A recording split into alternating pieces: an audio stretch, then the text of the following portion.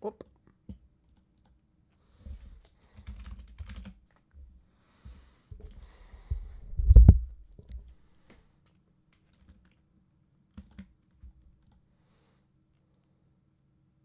Doubled up? What the fuck? It's up.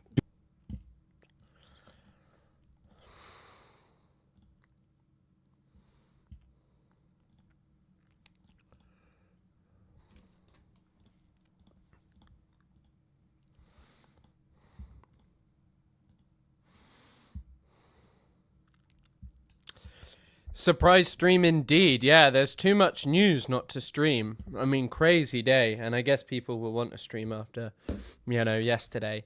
How's the audio, by the way? We had a bit of an incident today. My microphone fell down. I don't know if it's okay. Let me know if it's okay. Interesting responses. Hold on, actually, I'll put my phone on charge. Now I'm accidentally fiddling with the buttons. Interesting responses to yesterday. Loner box jump scare. Yeah, I was seeing what he was saying about me, but nothing interesting. Just him being like, I hate this guy. I hate this guy.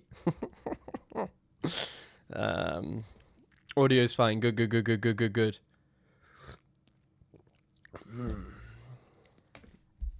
Well, I was checking if he was streaming about me. Yeah. Woohoo, surprise stream. Yeah, I normally don't stream on Wednesdays, but one thing I've been doing is TikTok streaming, and to be honest, I probably will still do it because I'm really not active enough on TikTok anymore, but yeah, I mean, I don't know, the last one was disappointing to me, especially after such a great one on Sunday. But yeah, I hope you're looking forward to the surprise stream. We got a lot to cover today. I should be live for about 3 hours. Ethan has posted a lot to his story. I don't know when maybe I'll cover that first, but actually I've got an interesting first topic to talk about, which most of you won't be sure about, but I guess I'll just sort of start by, I also really need to get a stream deck so I can just do this myself. What do I need to do? Order, move up. No. How do I bring to front?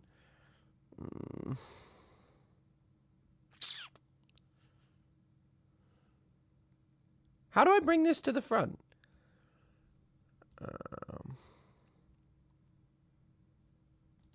There we go.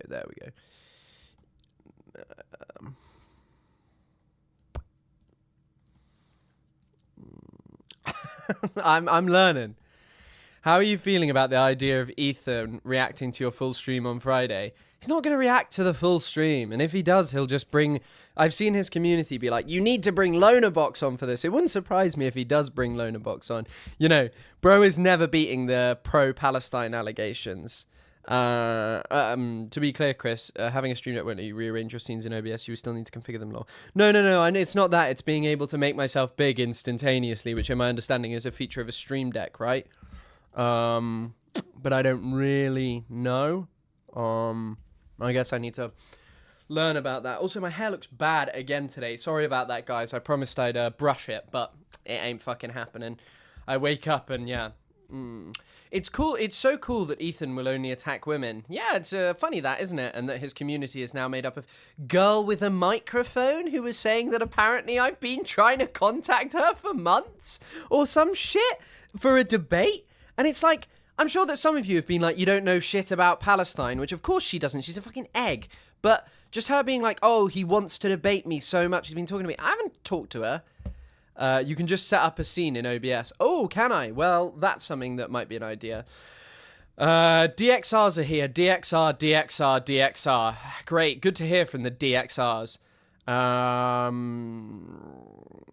Okay. Well, setting it up isn't that difficult. The other thing I need to set up is the other things I need to set up are a background. So like, I don't go over the thing, and I want to improve the chat look, and I want to set up like, you know, when you give a membership, it like gives you like a little, I don't know, picture of something. I'll have to work out what that is. Here on time for once. Yes. She made a pro Hen Mazik post the other day. Who did? Girl with a microphone. I mean, it's just like, it's weird, like, your community just being Nick DeOrio, a guy who ran a show called, like, Ultimate Rape Review. You're really doing well to, like, distance yourself from the previous allegations. And by the way, as I noted, there's a clip where he goes, wouldn't it be funny if girls got re-victimized by their abuser? Wouldn't that be funny, guys? We like Sam Cedar them, but with their rapists. It's like, oh, okay, yeah. This is a good community to be forming. Definitely like a normal group of people who you want your community describing as the Pope is what they call this Nick DeOrio guy, who can't even show his face because he has to have a little man dancing in the corner because he's so repugnant. Like, look, I don't think I'm the most beautiful man on earth, but I've never hidden my face. I've never not streamed when there's something wrong with me. I don't have any new tats. I'm going to get one. I'm going to get one.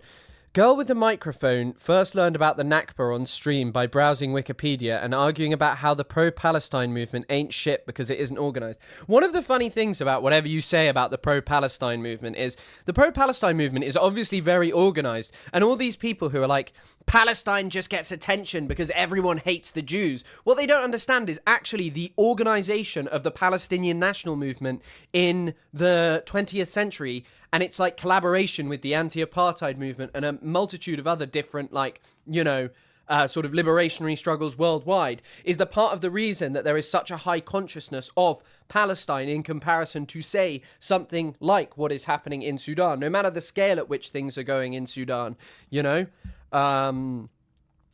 But yeah, like, just this kind of commentary is just insane.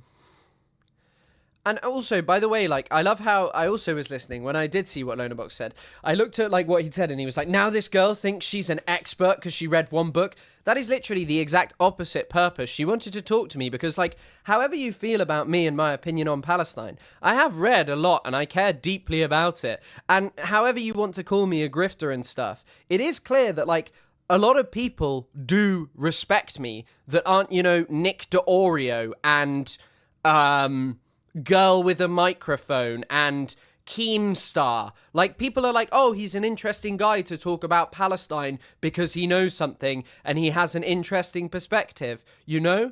Do you know what I mean? Were you trying to contact her on all your alts? Yeah. I've been contacting her from the DXR accounts. My secret. What you guys don't know about the Discord is that I've got all these fake accounts called DXR, and I spent all day talking to myself. I just got my 4th tattoo. Looks like a closed cyberpunk mantis blade implant. I don't know what that is, but sounds interesting. I'm a bit of a wuss when it comes to getting tattoos. I've got to be frank with you. I struggle with the pain. Like this one on the recent one on my arm, especially, you can't feel it. Like I couldn't feel this. This part on my bicep was fine. And actually the whole thing's fine. Color is more painful than, this one is more painful than like a non-color. Like a black and white tattoo doesn't hurt that much, to be honest. Because the first one I ever got was on my chest and I was like, oh, this is fine. The second one I got on my chest took a long ass time and that did hurt a lot. But my leg is the place that it hurts the most. Is Lonabox's entire thing not seeming to have read one book? Well, Lonabox's thing is like basically he spoke to Shlomo Ben-Ami. Now, I was reading about Camp David today because I was just like, oh, you know what? I haven't read about it in a while. And Shlomo, like, one of the most interesting things that I learned about Camp David, because it's never been a peace thing that I've specialized in. Like, I was much more interested in Oslo. Camp David seems marginal. Did you know that before the Camp David Accords, Yasser Arafat said multiple times, hey, please, please, please don't call a peace accord. And now the reason that Yasser Arafat said, hey, please don't call a peace accord is because he said that Israelis are not ready for peace. He told Clinton multiple times, he told Madeleine Albright, he told so many people, don't call the Israelis to a peace accord, because if it fails, it is going to push Palestinian hopes away for there ever being peace. And he was fucking right. Of course he was right, because he's not an idiot. And when people talk about, like, as well, America only pressured concessions, and there's a crazy quote from Yasser Arafat. Wait, let me see if I can find it.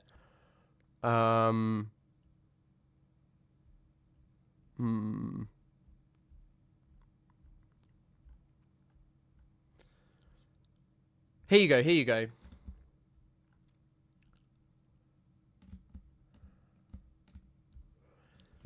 This is meant to be like this peace accord where the Palestinians were intransigent. Let me just minimize myself. Sorry.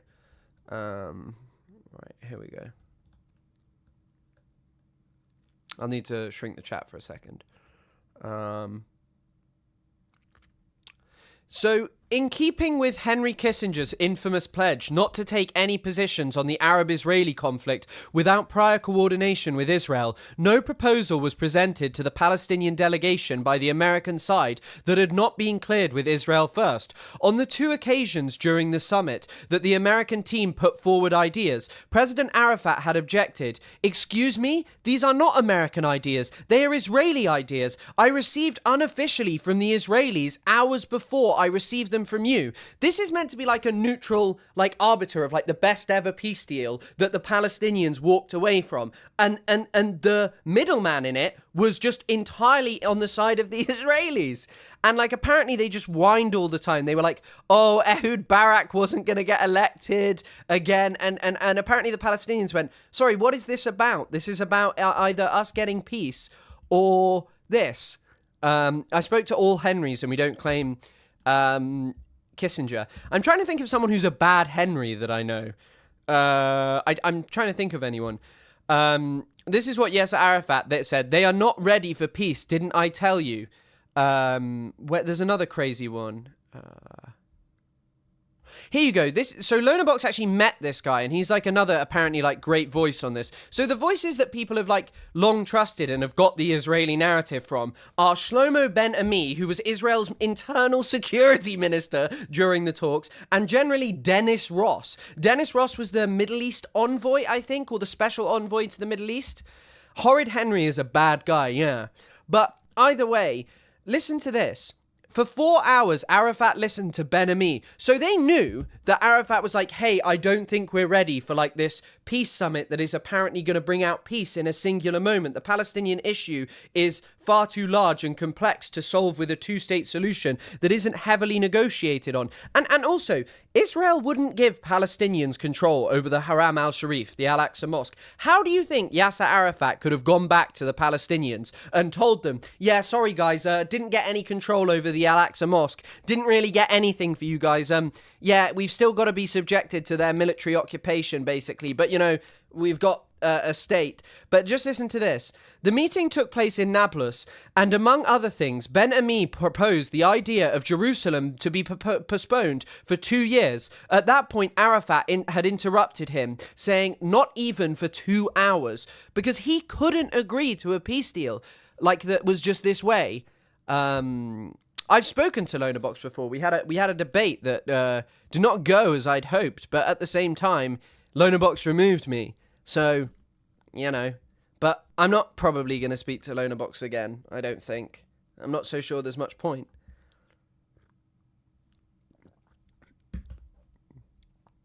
But yeah, as well, like, listen to this. This is like the debates that you have on TikTok. According to the delegate, it was the Arab countries who were to blame for the Nakba because they supposedly urged the Palestinians to leave their homes and wait for liberation. Propaganda from the 1950s, by now rejected by all serious historians, including Israeli ones. When the Palestinians presented the Israelis with memoirs and testimonies of their own generals, they rejected them. It's just amazing, like... And this is like kind of what Lonabox and all these people do. They try and relitigate and make out that the Palestinians had like all these great opportunities at peace and that you need 2 like honest brokers of peace. And it's like, well, I think we got a bit of a problem here, which is that the Israelis are just like exactly the same as they've always been, and they won't uphold basic international law. But, you know, what can you do? What can you do?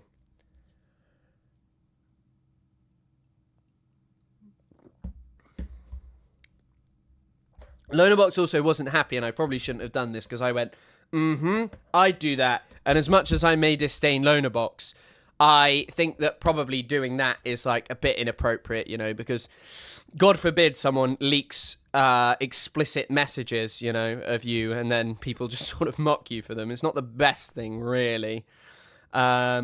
Facts only care about your feelings. Indeed, they do. People do the same with the Russia-Ukraine conflict. What do you mean? I wouldn't have done that. But yeah, I do somewhat think that that was a bad idea, maybe the saying of that. But aside from that, he was just like, it was just, yeah. It was a very interesting time to have met someone like that.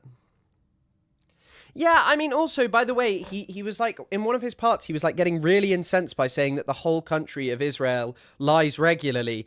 And I think that, I think that all of the things that he says are very, very, very much, I think that, like, all of the things that Israel has said and done at this point, if you're just looking at them objectively, you would be like, hang on a second, the amount that Israel lies and the trust that it is given in Western media and the investment that is sort of given to their narrative is much more problematic than what happens when it comes to Palestine, if you know what I mean.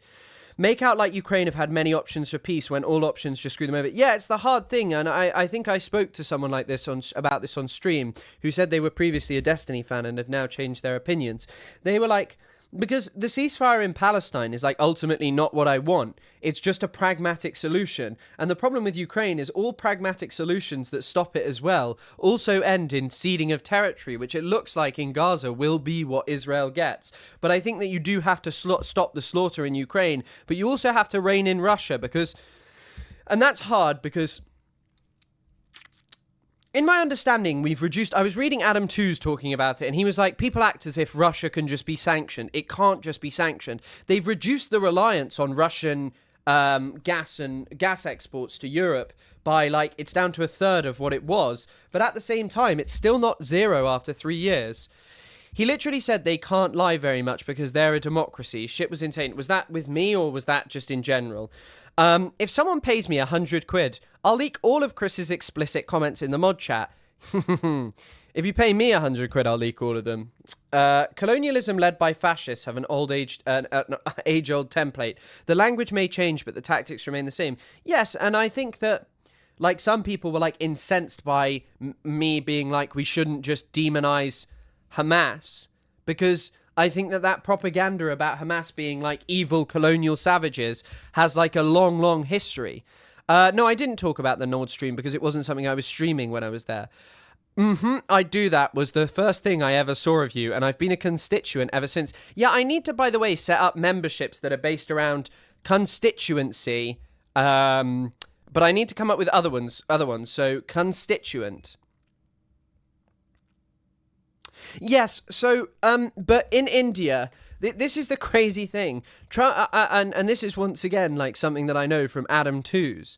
In the case of India, for example, India is allowed to buy Russian gas because Russian gas and oil, obviously, when you sanction Russia, India has a heavy reliance on that stuff. But India's also an ally. And so the Biden administration said, okay, no, they should get the gas, but they should get it at a very, very, very cheap price. And so, you know, Cunraid. Yeah, Cunraid is a great one. I'd buy that. Can we...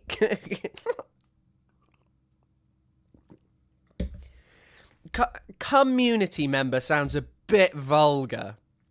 It sounds a little bit too vulgar. Yeah, it's a little bit crude and rude. So, yeah, propaganda and co. I think, by the way, I've spoken now. Me and Overzealots are going to do something Friday. What that is, I don't know. Maybe we'll talk about, like, Kunzalor. Yes, that's it. Kunzalor's a lot better, yes. Seeing people call Zohran Mamdani an existential threat to Israel has been giving me seriously strong flashbacks to Corbyn. Zohran is an extremely strong threat to Israel. He's going to make all the Jewish people of New York leave, which just isn't true, is it? Like, come on, let's be frank here. Most people aren't going to Israel anyway, even with the perceived rise in huge anti-Semitism to the point where it is untenable. Most of the people who've screamed about that for 2 years and said that the only way to make London safe is to ban pro-Palestinian marches are still here whining about the same things. Live react to Ethan's live react of your stream. That will be real Inception, but I know you guys do love me, so you'd love to hear me multiple times. I have something that I kind of want to show you, because I think most of you will have no idea that this is going on. And it's a funny bit of, like, UK oddness, like really odd stuff going on in the UK right now. So a few months ago, there was this thing called Operation Raise the Colours, which was like a drive to put up England flags. Oh, I'm trying to type and I've got a hay fever pill.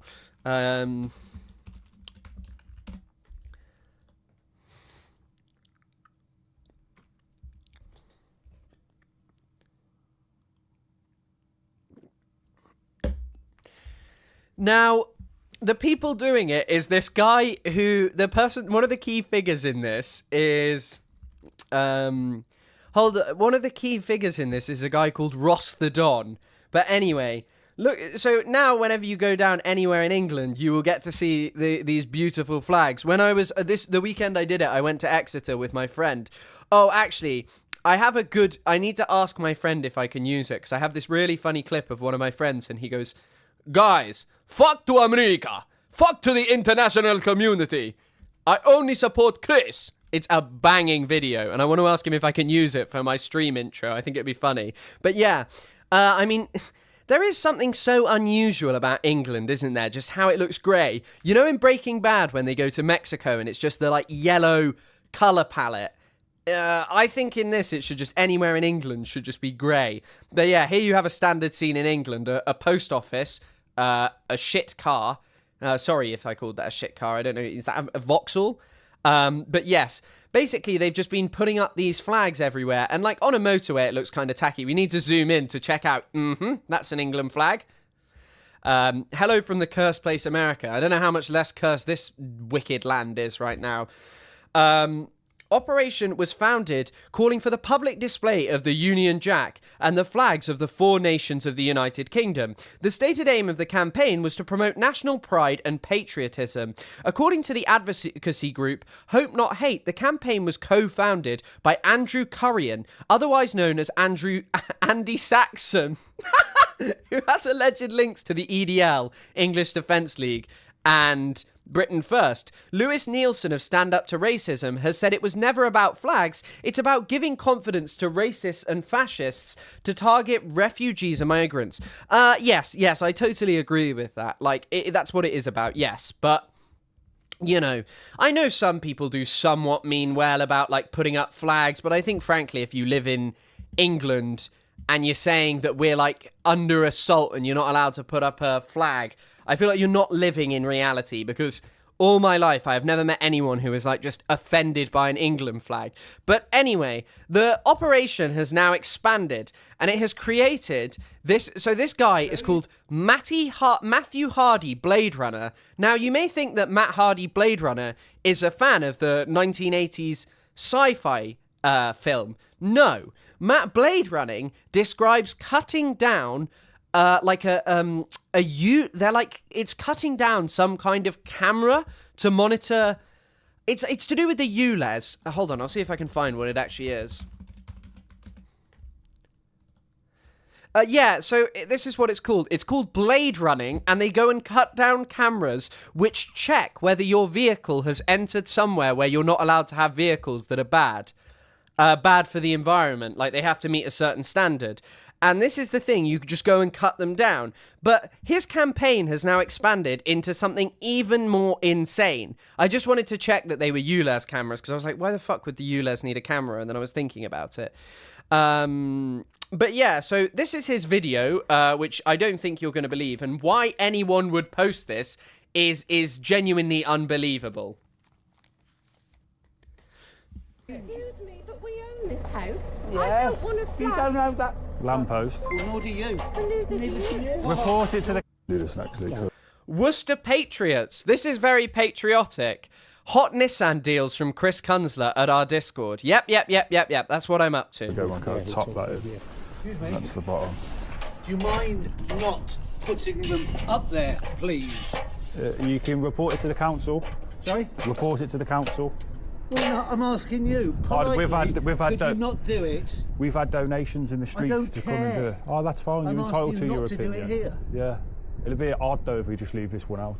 Sorry? It'll be the odd one out if we leave this I one don't out. mind. Everyone else do. It's so obvious that these people, like, by the way, this is apparently all based on, like, loving England. And if there is one thing that I like about England, it is, like, you know, the people that I've met and known in, like, certain places. And there's much misery in a lot of these places as well. But just, like, wanting to tear apart communities just by being a fucking nuisance and putting up English flags where people go, no, I hang on a second, I don't want that. And then just going, well, we got donations on the street. Probably something that isn't true. But yes, it is, my God, just politeness. If you would please not put up a flag. You know, I think that generally having, you know, just the ability to shoot people on your property is a bad idea.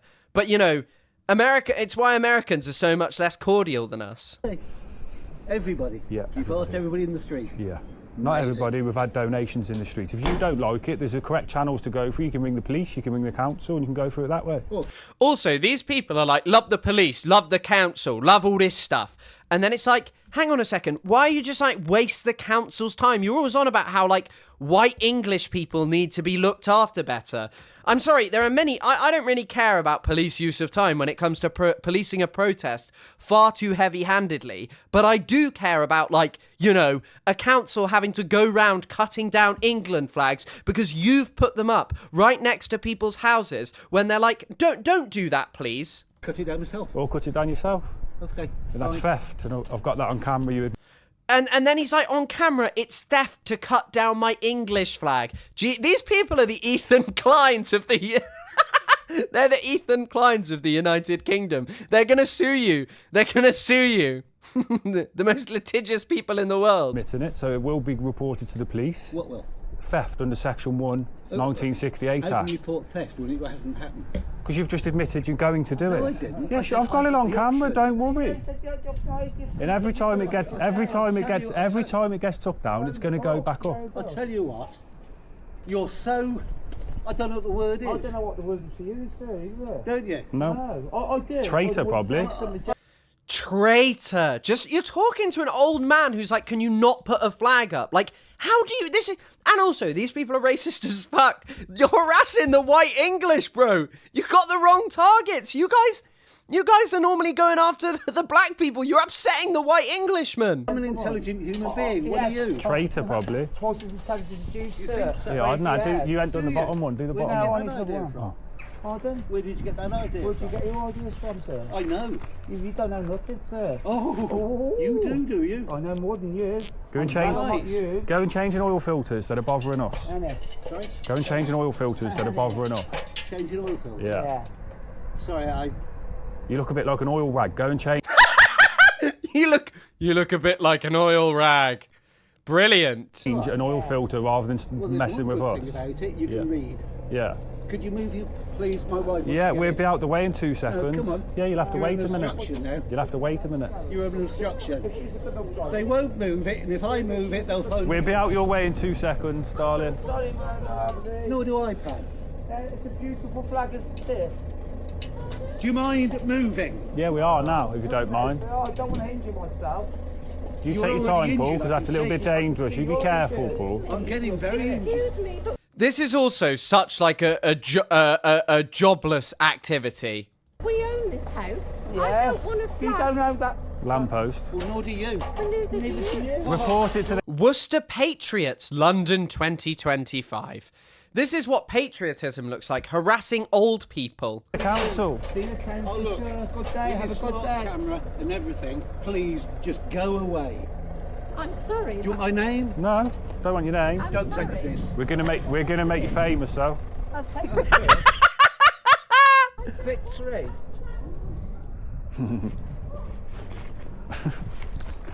Brilliant. Just one of the most jobless activities. But it just gets Council, go worse. through the correct- The delusional left. Correct channels to get I'll it take down. it down for her. And then it'll go back up, and that is fair.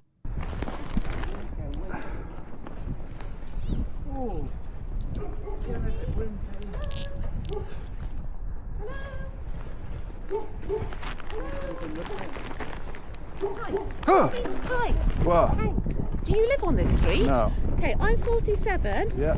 The neighbours opposite, none of us want this on our street. We've had donations from the street. So not true. They are not getting donations at all. Okay, but the one right outside that lady's house, she doesn't want it there. Yeah. She can report it to the council. This is an elderly lady. She doesn't want She it. can go. It's so insane. Like, you're just harassing old people. Like, and these people get bigged up on Twitter. This is the thing, by the way. The mass onboarding of weirdos post-COVID, where they're just, like, hyping each other up to just harass people is insane. Like, who does this? Who is doing this? And, like, being like, yeah, that was awesome. Like, crazy people. Report it to the council. We've had donations to have this street done. We've had donations to do this street. So you're going to leave it up there? They're all staying. They're saying that she They're doesn't all want staying. She can report to the council, go through the correct channels to it. get I'll it take down. it down for her. And then it'll go back up, and that is theft. If you take it, that's theft, and you're on camera. I would take it down and burn it in front of them. You'll be reported to the police under theft section 21.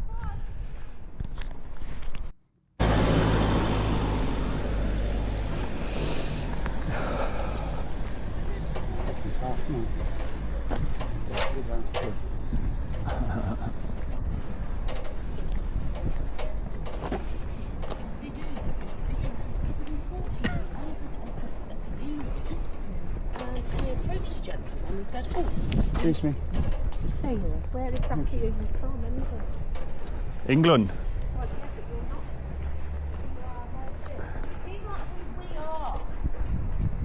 Some of your neighbours has paid for it. Just also like men going round your street and putting stuff up. It's so weird. And like thinking that this is some prideful activity. Why do you love a flag so much?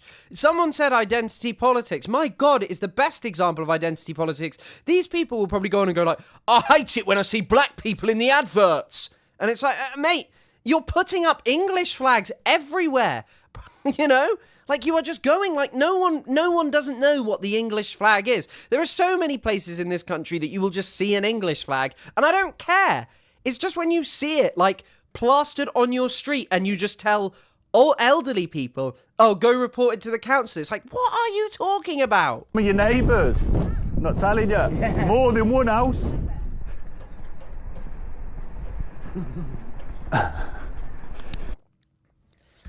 And then there's another amazing video on here, which is thugs on my drive demanding money at 6:30 a.m. Get off my driveway. Get off my driveway. What's it? Go. Get off the drive. Get off the drive, bruv. Those are bailiffs, most likely, that are at his house because he's not paid some kind of debt. Because I guess when you're just spending your time putting up England flags, you don't really have much time to earn money.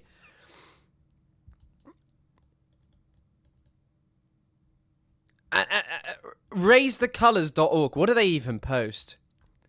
Oh my God. I bet this is an unbelievable video. UK, hope you're all well. We are on Remembrance Sunday, and we're here to remember the fallen. Remember the fallen by just going and harassing people. Do you think that when people fought in World War I, they were just like, God, I hope that in many years' time there are loads of patriots putting up the flag? Remember what they give, what they sacrificed for us in every conflict that we've been involved in. And we're here to remember them today. As you know, we've just come back from France, so we've put our France flag up where we've been stopping the boats. Today's not about that. Today is about showing our appreciation.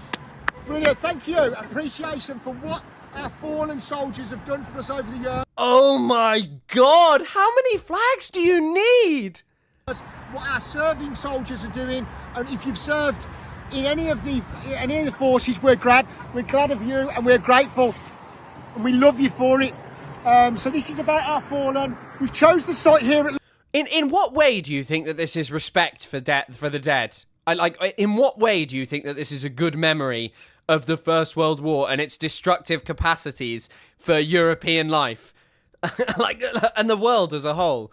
Like, just going, yeah, here's a massive poppy on a roundabout. Longbridge, Birmingham today. It's an iconic place where they've done the munitions, which is all the ammunition, the bullets, all the mortars, they built that back in World War II. They also built tanks here.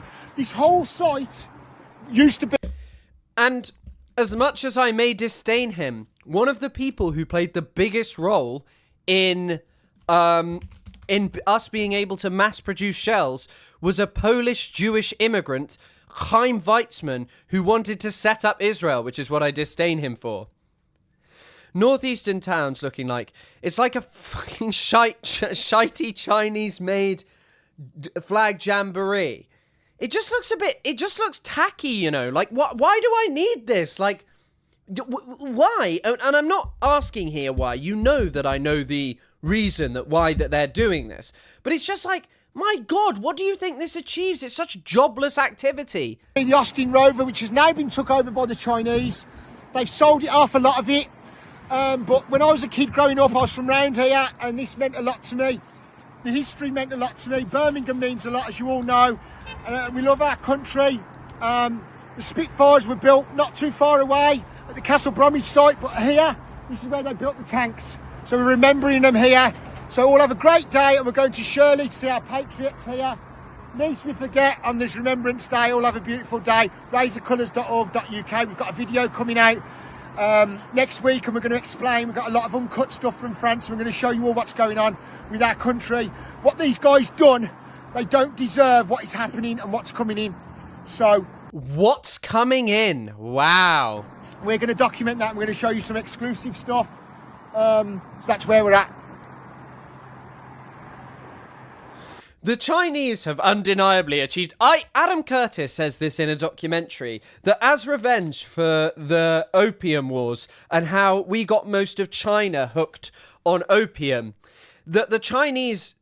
Part of their logic was that they would take revenge on us by us becoming addicted to cheap, shitty plastic goods. That's what Adam Curtis says in Can't Get You Out of My Head, if I remember correctly. But... he's kind of right, you know. These people are just addicted to shitty fucking poppies. Like, not doing anything meaningful. Just putting this up, you know? Like, it's not like they care about anything that's ever happened or anything that's happening in the world.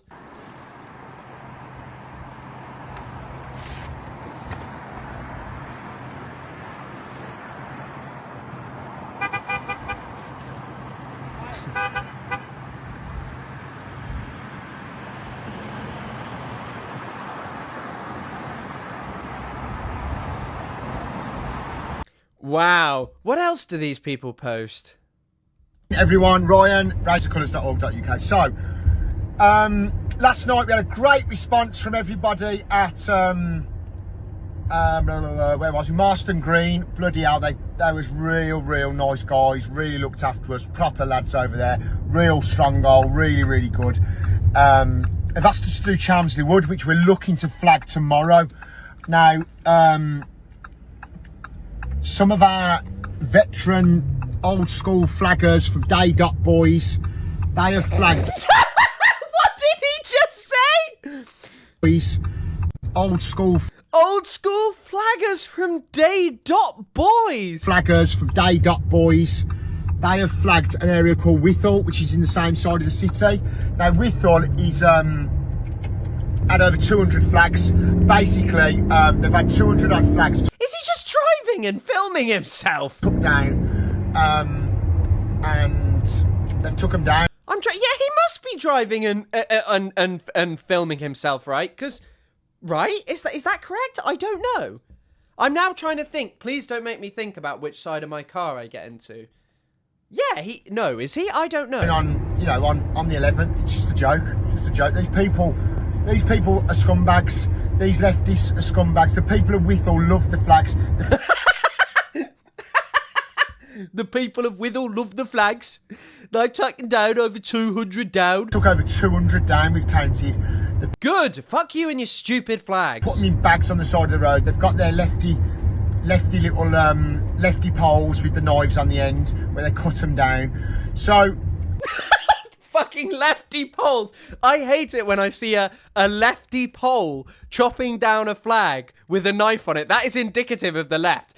If you know one thing about the left in the world, they love poles with knives on the end of them. People at Chelmsley Wood, unfortunately we're not going to be able to come tomorrow. We're going to go to Withall tomorrow.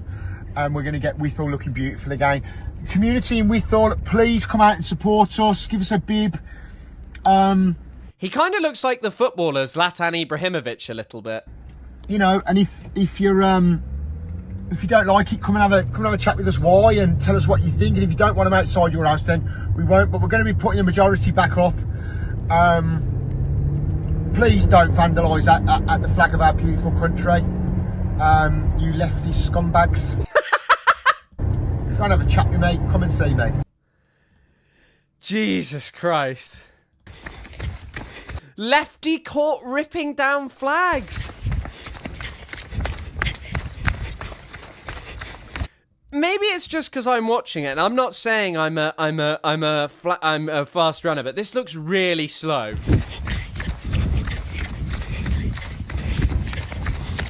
What do you think you're doing, mate? What are you doing, mate? Give us our flags back now.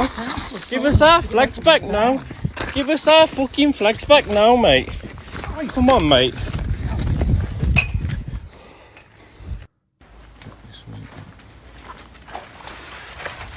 Surely you're not allowed to walk around fucking public with that.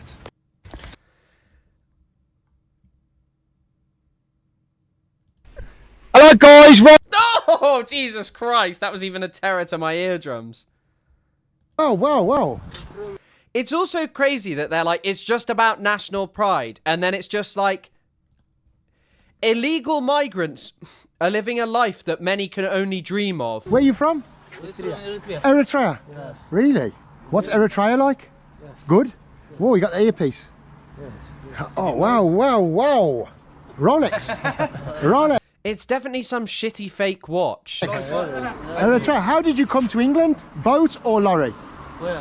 On the boat, on the sea, or lorry? How did you get to England? You Dover. You was in France, Calais. So Eritrea to not Afghanistan, to Italy. God, it's just so racist, just like going up to people and just filming them like this. Italy, Kenya. Yeah. Oh, so Eritrea, Kenya, and then Italy, and then Europe, through Europe to France, and then France on the boat, and then into Dover. Yes. Why? Yeah? Why? Yeah. Why you come here? Yeah. Why you come here for? Just like standing there with all your mates filming them. Right, here's... What religion you are, forget what colour you are, what is going on here? It's not right. It's not right in my eyes. And for them to be getting 12 miles and then getting our lifeboats, which is a charity as well, to go and pull them in. And it's like, when we went down and done the Dover. You know, also, by the way, there was a guy, I remember, unfortunately I didn't donate, but I don't think I had cash on me or something, but I don't know. But he was talking, well, actually, I was just I had somewhere to be, I remember. But he was talking about it. They get called out so much, and they just are underfunded anyway. Like, they get called out all the time to try and rescue people. It's not something to do with them being taken away by migrants. It's a sorely underfunded thing. Flag over the side of Dover and couldn't put the drone up. I was like, why won't it go up? And a friend of ours, he was with us on that day, we spoke about, and he restrictions. He told me about the drones, and we had to go like to Folkestone to get the drone up because they got blockers, the government. I was just like, why? You meant there's military drones out there that see them and send the boats to pinpoint them to bring them in. And that's why we've never seen videos on the news of them all getting, you see the odd one of them unaccompanied getting off on the beach. And that's because they're out there going, bloody hell, we're drifting here, because they only put enough fuel to get so far because they know they're in. And then once they're in these hotels, and it's just, we'd done a video the other day, we was flagging and we put some flags up, and there was just like men, you could tell they was from, I don't know, like the other side of the world, wherever, the other side of Europe, and they've obviously come through 7 or 8. Like, getting mad at Sudanese people for coming here when both the Labour government and the previous Conservative government blocked criticism of or accused to or alleged to have blocked criticism of the United Arab Emirates' involvement in Sudan is so insane. Like, it's so insane to not be able to just draw a link between those two things and being like, actually, the way in which this problem is addressed is by addressing the world in which we live, and not just being like, I hate these people coming over and they should die. Safe countries. There's no war. The flaggers from day dot. There's no threat to life. They've got no women with them, no children with them. Yet. Also, by the way, that's the whole thing about women and children. Definitely women and children do come here. But the other thing is that, first of all, people hope to get here and then get their asylum claim process to bring people over. But it's also because it's an incredibly dangerous and daring journey. I am sorry. Like, we hear so much about people taking daring journeys to evade persecution in hope of a better life throughout history. And, like, when it comes to this, you're just like, oh, they're all evil men coming to kill us because they're invading. And it's just like, you're just a conspiracy theorist, just blaming others for your problems. Like, confront the reality in front of you. Stop harassing people in your community. Putting up flags is gonna do nothing. Go show that you care about people by actually putting in some work if you really believe that you want to do community activism. And then that just amounts to, oh, I'm putting up a ton of flags. It's so brave. I think we all agree this is so brave. I know what you meant, but this video is the bravest thing. They've come all the way to France to go, right, if we get on the boat and go that way, we're in.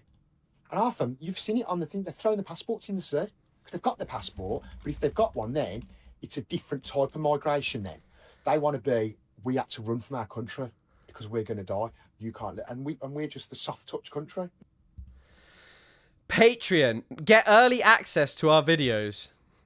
Cousins, how are you? I've come to Birmingham, seen me good pals Elliot and Ryan. As you know, raisethecolours.org.uk. Listen, talk is cheap, money buys houses. We've had a good meeting today, and you've got to watch this space. I'm going to tell you something now. The lads are onto something. We've had a good meeting. But a lot of people keep talking about what they're going to do. They don't do anything. If you want to do something, either donate or get yourself involved. Get on their socials, as I told you. The lads are getting involved. France is going to be very Wait. One of these guys, so this guy with the haircut that we've just seen a lot of, so first of all, this is a company, so no doubt they're profiteering from this. Hold on.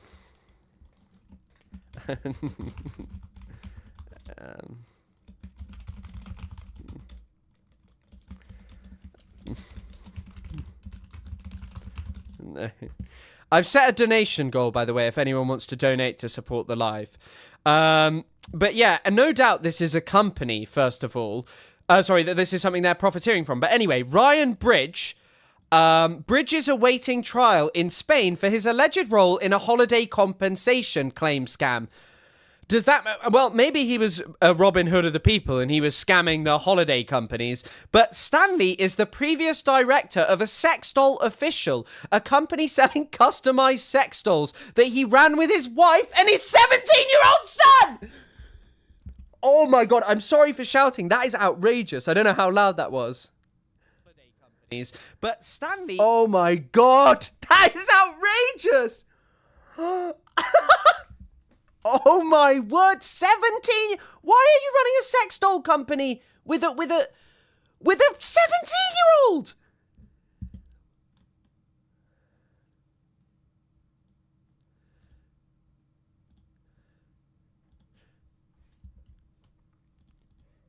He's a grifter in legal trouble. Who would have guessed? Jesus. Wait, can I? Oh, sorry if that was too loud. I didn't mean for it to be. He runs a sex doll company with his 17-year-old son. The man behind Brum's non-existent company behind Britain's Union Jacks. It's 100% legitimate. I've been called a knuckle-dragging scum. I've been called this week a nonce, says the shaken-looking man, before he is briefly cut off by GB News presenter Martin Daubney, interjects to apologise for potential offence caused. Holy moly, that's a felony. Thank you, Ruben. Well, yeah, I mean, running a custom... Also, by the way, custom sex dolls. I'm not accusing this guy's company of anything. Don't know anything. But custom sex dolls are dodgy. Because I know that some people have, like... I remember seeing a thing about this that was like, oh, you can get, like, sex dolls that are, like, you know... Oh, no, wait, no, that was about, like, a sex doll about, that was a documentary about, like, no, that was, like, a thing about, like, AI sex dolls that you could do things with. Interjects to apologise for any potential offence caused, then allows his guest to continue. I've been called all sorts of names, been put under the spotlight, and all I'm doing is what I think is right. It is Friday the 26th of September, and Bridge is on Daubney's show to talk about his previous night spent flag raising in Sturchley. Wearing a navy suit, his long silver hair tied back in a bun, the 45-year-old director of a no-win, no-fee accident claims management company says he was baffled by the hostility. The evening began well enough with a carnival atmosphere as his 20-strong crew affixed union flags to... By the way, running round with a 20-strong crew... running round with a 20-strong crew... and just, like, doing that is crazy to me. Jesus Christ. Because anyone who challenged you is going to be terrified. Many a car honked in support. The Nepalese owner of a takeaway joined in with his union bunting. The problems arose, Bridge tells Daubney, when they tried to enter some of the drinking spots along the street. White middle-class liberals in pop-up bars began making rude hand gestures at them and calling them far-right. Does that mean someone put their middle finger up? This is nothing to do with the far-right movement, Bridge insists. His friend Elliot Stanley, sombre-faced and sitting next to him on a GB News sofa, nods in agreement. At the start of the segment, Daubney introduced the pair as the co-founders and company directors of Raise the Colours. They're on the show to set the record straight. We are normal, working-class Birmingham businessmen, says Bridge, who owns a £600,000 house in Bromsgrove firmly. Flag stories dominated the news cycle in September. Since we published our first story and a follow-up feature in August, we've been focusing on other matters, but in recent weeks there has been a detectable shift. Flags in South Birmingham have migrated upwards from primarily low-income neighbourhoods like Whaley Castle, I don't even know how to say that, into areas with larger middle-class populations like Selly Oak. In this new terrain, the flaggers are facing more objections and sometimes confrontations. In Sturchley, where rapid gentrification where rapid gentrification over the past decade has sharpened the divide between long-time residents and relative newcomers, the tension is peaking. On Tuesday night, two businesses where customers opposed flags raised nearby were pelted with flour, eggs, and miscellaneous condiments. On Wednesday morning, staff arrived at Couch Cocktail Bar and Den Cafe to find the front of their business coated in the concoction. We don't know who is responsible, but locals suspect people connected to the flaggers are to blame. Yes, these people are deranged.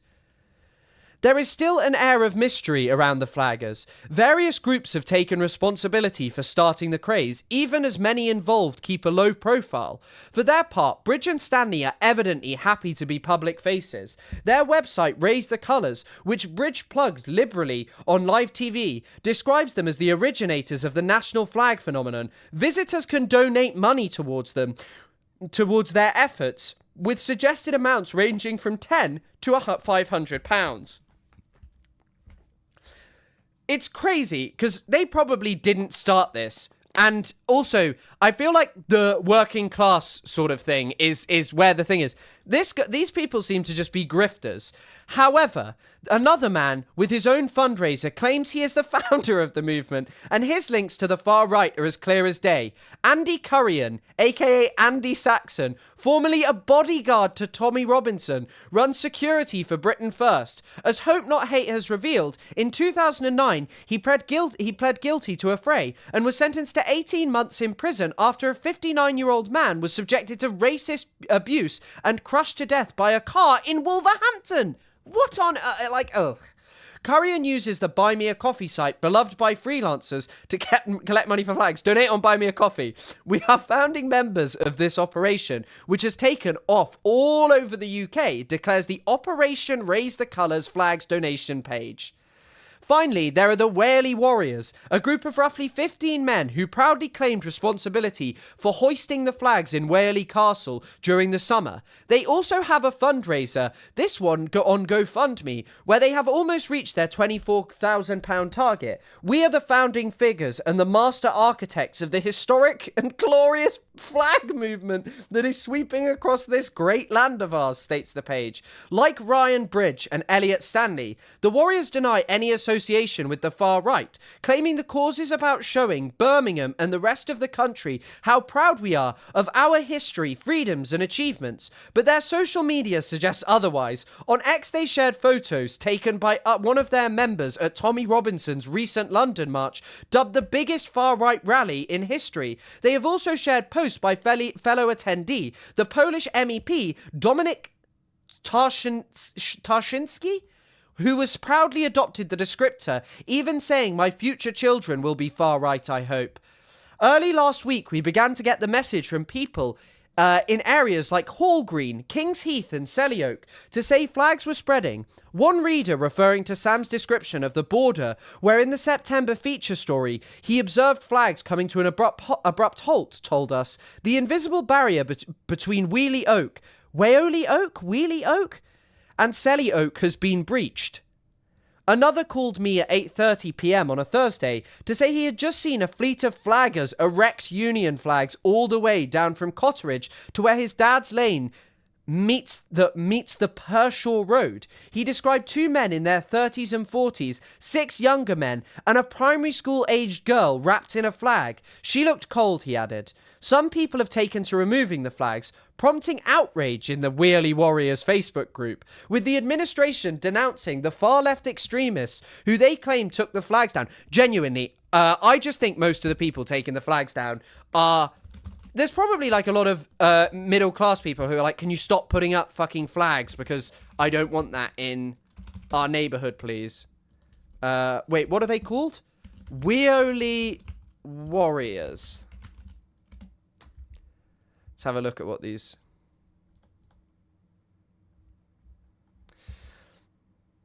the group is private, sadly.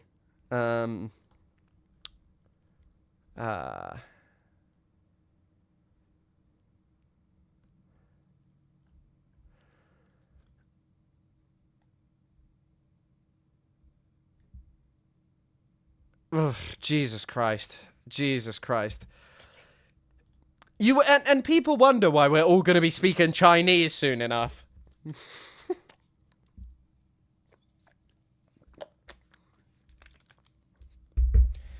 Could the Zionists have a hand in flagging as a response to Palestinian flags going up?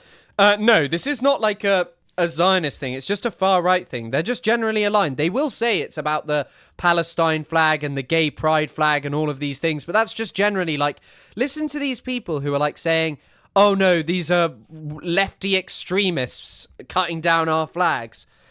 One figure has drawn particular ire is the street artist Foka Wolf, who is known for hiding his identity behind coloured balaclavas. Foka has been critical of the Wheely Warriors on social media, and last month he designed a St. George's flag with the satirical message, "Divide and conquer," emblazoned across the front. In the Instagram caption, he wrote, "Set people against each other, then control the chaos. It's a classic trick used by the ruling classes."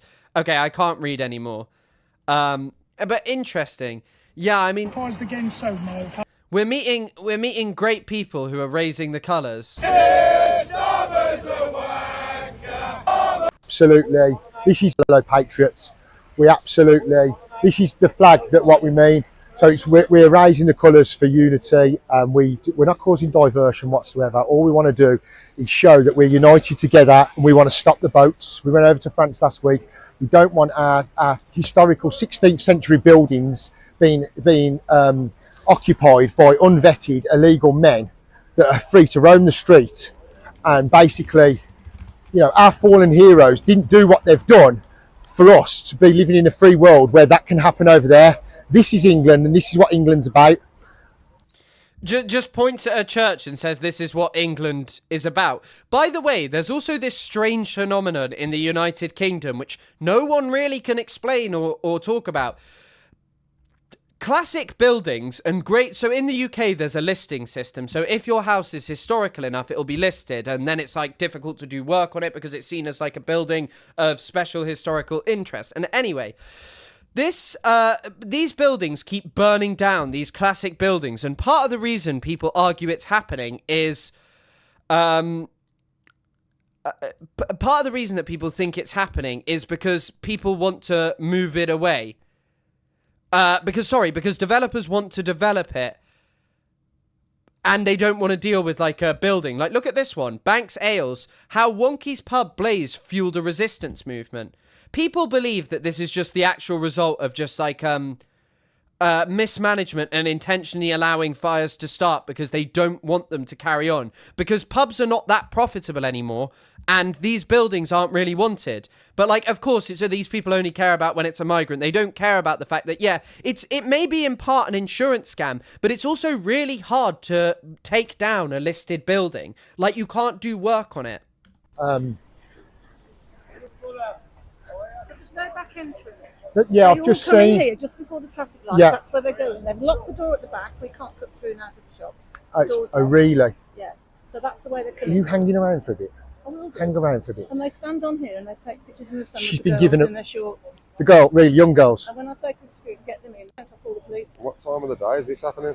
Well, they're going to college in the morning. So they go. By the way, I used to live in a small village, and no, actually, one of my friends lived in a small village, and one time he claimed that in his local group, someone had posted that they'd seen like just a black kid there, and they were like, they just posted it in the group like an old person being like, watch out, there's a youth causing trouble, because they'd seen like a black kid walking around. So forgive me if I don't believe everything that old people say who are predisposed to be racist. I mean, it's not implausible that there are men doing perverted things. Like, it's not. It's college in the morning. Yeah. And Yeah. Two of them went into a Friday night disco. Don't film me. no, don't worry. We're not gonna. Listen, Only 'cause you have. You have filmed her. You filmed her fucking face and then put it on. Haven't got to worry about us here. I don't wanna We're get on. kicked out of- You don't. Yeah, I understand. You're scared. So two guys in there are filming the girls dancing and all their like. Were they? Three men in there said to them to security, if you don't get those out, we're gonna call the police and we'll get them out. So you better They got sit young down." girls from the disco into there. No. Also, as dog shit as security guards are at pubs and clubs, they would kick someone out for doing that categorically. But they themselves would probably get the young girl's number if you've met any security guards from certain UK clubs. No, the young girls are in there and Yeah. they get in there to film them while they're dancing with all their skimpy clothes. Oh. And people Tell like us about- yeah. people like us are saying to security. By the way, this guy did just point out a church and was like, "This is what England's about." What does the church say about women wearing skimpy clothes, young man? There. This isn't on. Get these guys out. Tell me when you phoned the police when you were scared in the summer. What did they give you, the police? They gave me a rape alarm. I'm 73 nearly. A rape alarm. You'd be all right after that. I used to go to work. I used to work at the cathedral in town. Get the last bus home, walk all the way from the station right down here without a problem. By the way, also, every time that someone says this is something that like my grandparents sometimes say. They're like, "Oh, England's so much more dangerous now." In the 1970s and 80s, we had serial killers like Peter Sutcliffe, who operated for 5 years and murdered 13 women and attempted to murder 7 others. You couldn't, if you went to a university in Leeds, they would like have special bus services for you to ensure that you didn't get like caught by this man. That he wasn't able to prey on you because they didn't catch him for years. You also had this guy, Dennis Nilsson, who David Tennant played in a documentary. And he murdered at least 12 young men and boys between 1978 and 1983. You had Fred West, who roamed around until the who killed from 1967 until 1987, at least 12 murders with his wife. You can't see the photo, with his wife.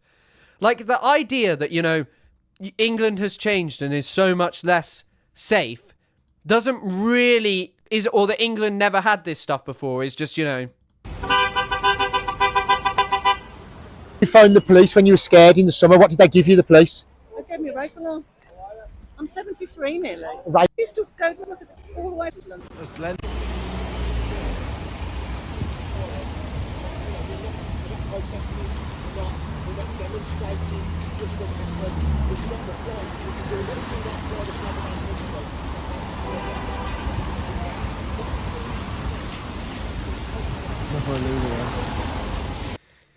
How do you know that that guy's like an asylum seeker. Like, how do you know that? You're just filming some guy. Never illegal. Fucking hell, they're everywhere. Jesus Christ.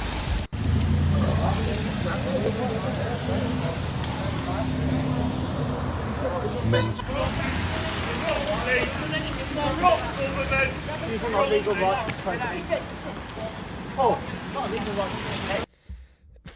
Filming random non-white men in the name of patriotism. Yeah, just we'll watch one final video. For the people of King's Stand in Birmingham. They've ripped them all down and smashed them all up yet again. But don't worry, because raisetheColours.org.uk come together again and got them all back up, thanks to the King's Standing boys.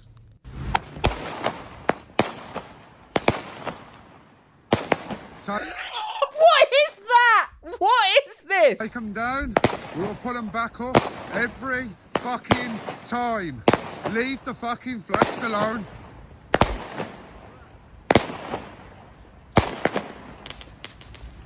It's amazing that these people have more regard for an inanimate, cheap, shitty flag that they've put up than human life, but, you know, what can you do? What can you do? These people are just always going to be this way, sadly. Okay, right, let's cover Ethan Klein being big mad at me. He is not happy. So, obviously, as pretty much all of you would know, I assume, yesterday, I streamed with Cruel World Happy Mind, and this has particularly upset everyone's favourite content creator, Ethan Klein. Wait, why is my... Is Instagram down?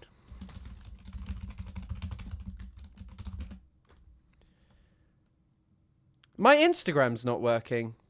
Oh no, it is now, but it's not loading. It's being weird. I think my internet's working. I don't see why it's not working. Hold on.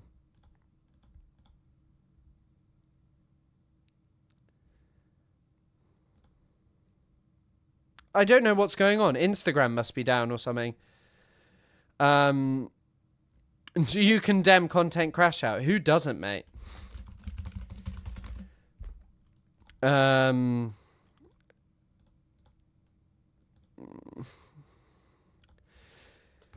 yeah, I've been looking, I looked through and to see how people were reacting. Some people were very upset by a specific clip of the chat has been accused, the Foot Fungi Reddit have accused the chat of snarking, riddled with snarking. Having all of the models and makeup artists hired by his makeup brand campaign shitting all over the brand and apologizing for being associated with it was so funny. What, how is that snarking? Like, how is that snarking? People are allowed to laugh at you, all of your community. That girl with a microphone said... They want Madison to have generational debt.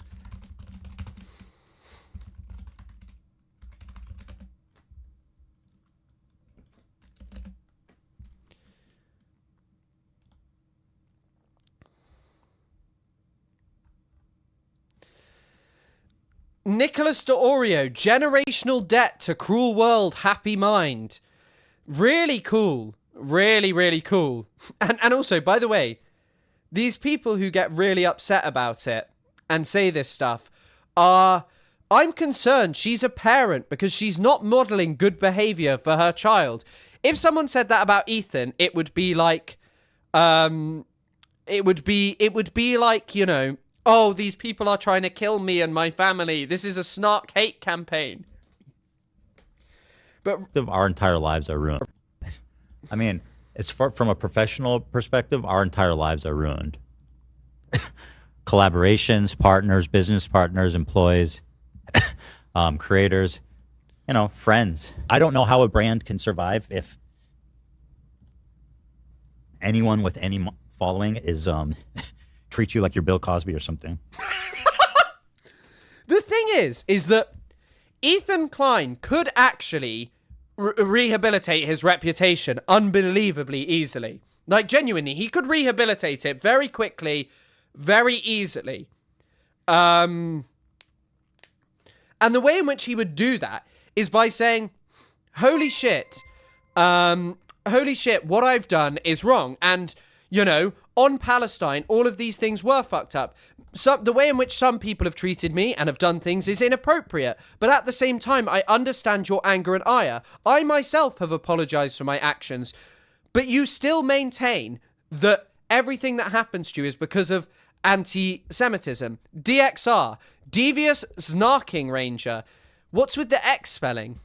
Pedo Troll Cosby. Or like Chris D'Elia. I didn't even do anything. Right? I didn't even do anything. Promise you, I am suing. I am suing, and I cannot wait. Also, why are you literally lying and defaming the dude who's like suing everybody talking shit right now? Just crazy. Just crazy. Like, how are you proud of that, you know? That you're like suing everyone. It's not a good look, is it? Hold on. Instagram. Why is my Instagram down on Chrome? Or is this just a general problem? Oh, fucker. I'm missing his stories. Ugh. I'm suing 3 people. This is not the end of it. I'm not sure I can listen to this. It's got music on, doesn't it? Ugh. Motherfucker. But yeah, like, this thing of just... He's sweeping this anti-Semitism issue. I'm the token good Jew. I'm the token... I mean, someone just, like, talking about this is crazy. Because then we'll hear this. Good Jew. He's on the approved list of good Jews that Hassan wants me to talk to. You really got to talk to this guy, Matt Lieb. He's basically on his knees. Please, I want to be a good Jew. I'm a good Jew, please, guys, please. Here's Matt Lieb, a Jewish man himself, comedian and pro-Palestinian voice. Or, according to Ela and Ethan, one of these guys who's like, he's Jewish, and he loves that because he allows himself to be tokenized to the max. I am so proud. This was crazy as well, you know.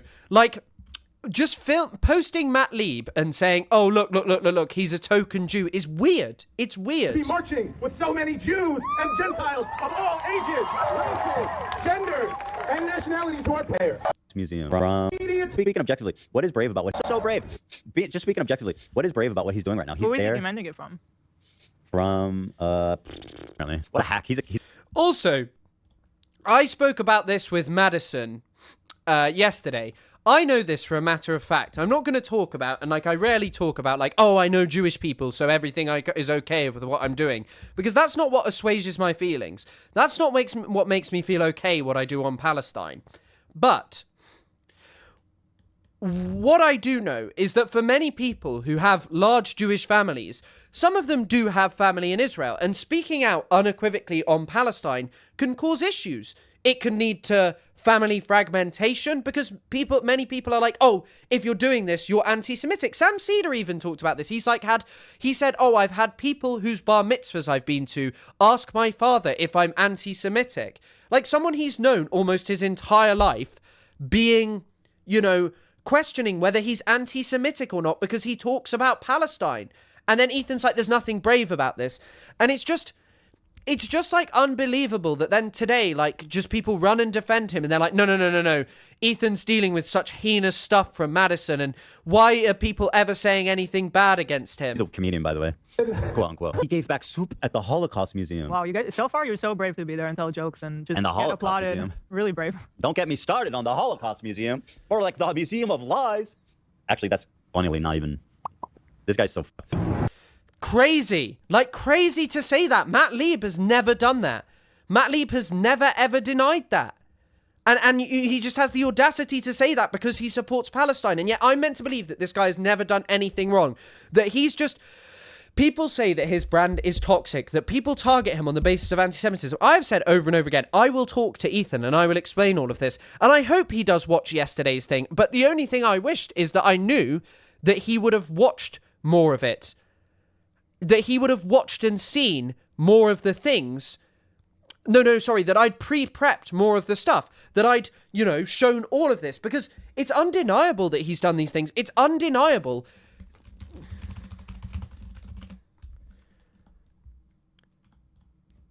That even his own Reddit has to ask, what is the context of Ethan posting about malnutrition deaths in Sudan? Holy shit, I didn't know that Sudan was that bad. Anyone doing anything to help them? It's the biggest humanitarian crisis right now because it gets stolen. Millions of dollars worth of resources have already been stolen. By the way, that's also quite like an underappreciation of the situation. Sudan is also just look.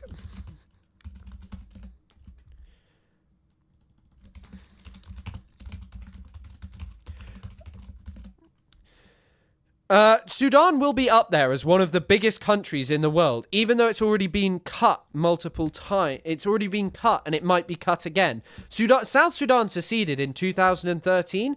Sudan is the 15th largest country in the entire world. So part of the reason that Sudan's humanitarian crisis is complex is that it is so large as a place.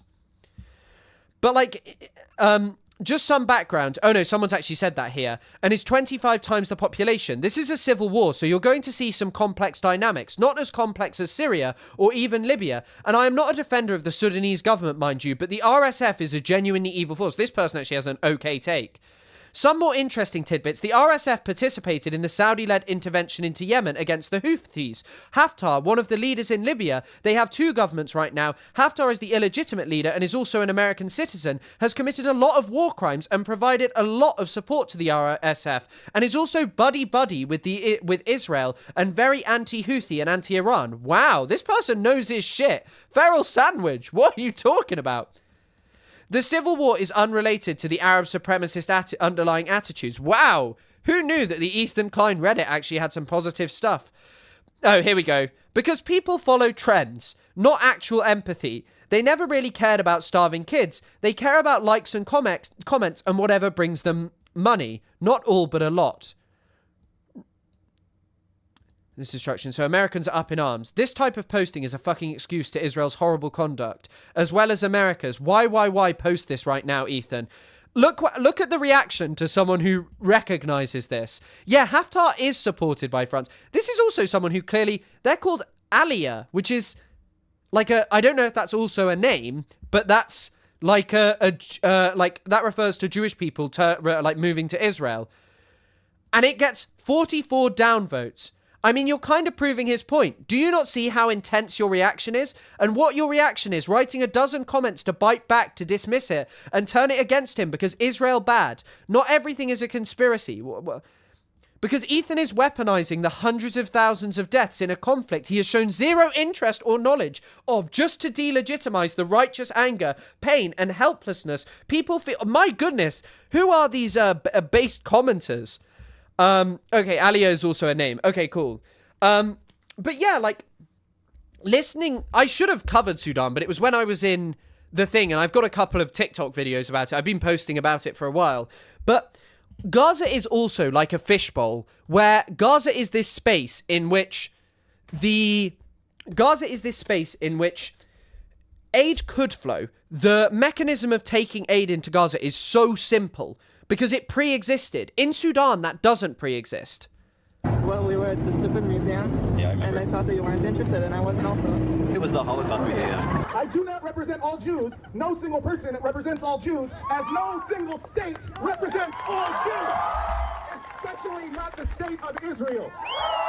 This is another weird thing. Oh my god. They also go for small content creators like this girl from TikTok. Out of respect for her privacy, I won't show her, but I will give a short summary on what her TikTok was. She describes a complicated and deeply emotional reaction towards her own Jewish community. She talks about seeing a group of Orthodox Jews, and her immediate thought wasn't just about shared identity, but about where they might stand on Israel's actions. I don't want other Jewish people to think that I hate them, because that's not the case. I have lost so much faith in my own community, and I no longer feel this connection. That internal conflict led to a moment of discomfort and even anger, not out of hatred for Jewish people, as she's really careful to clarify, but from frustration over the lack of support for Palestine.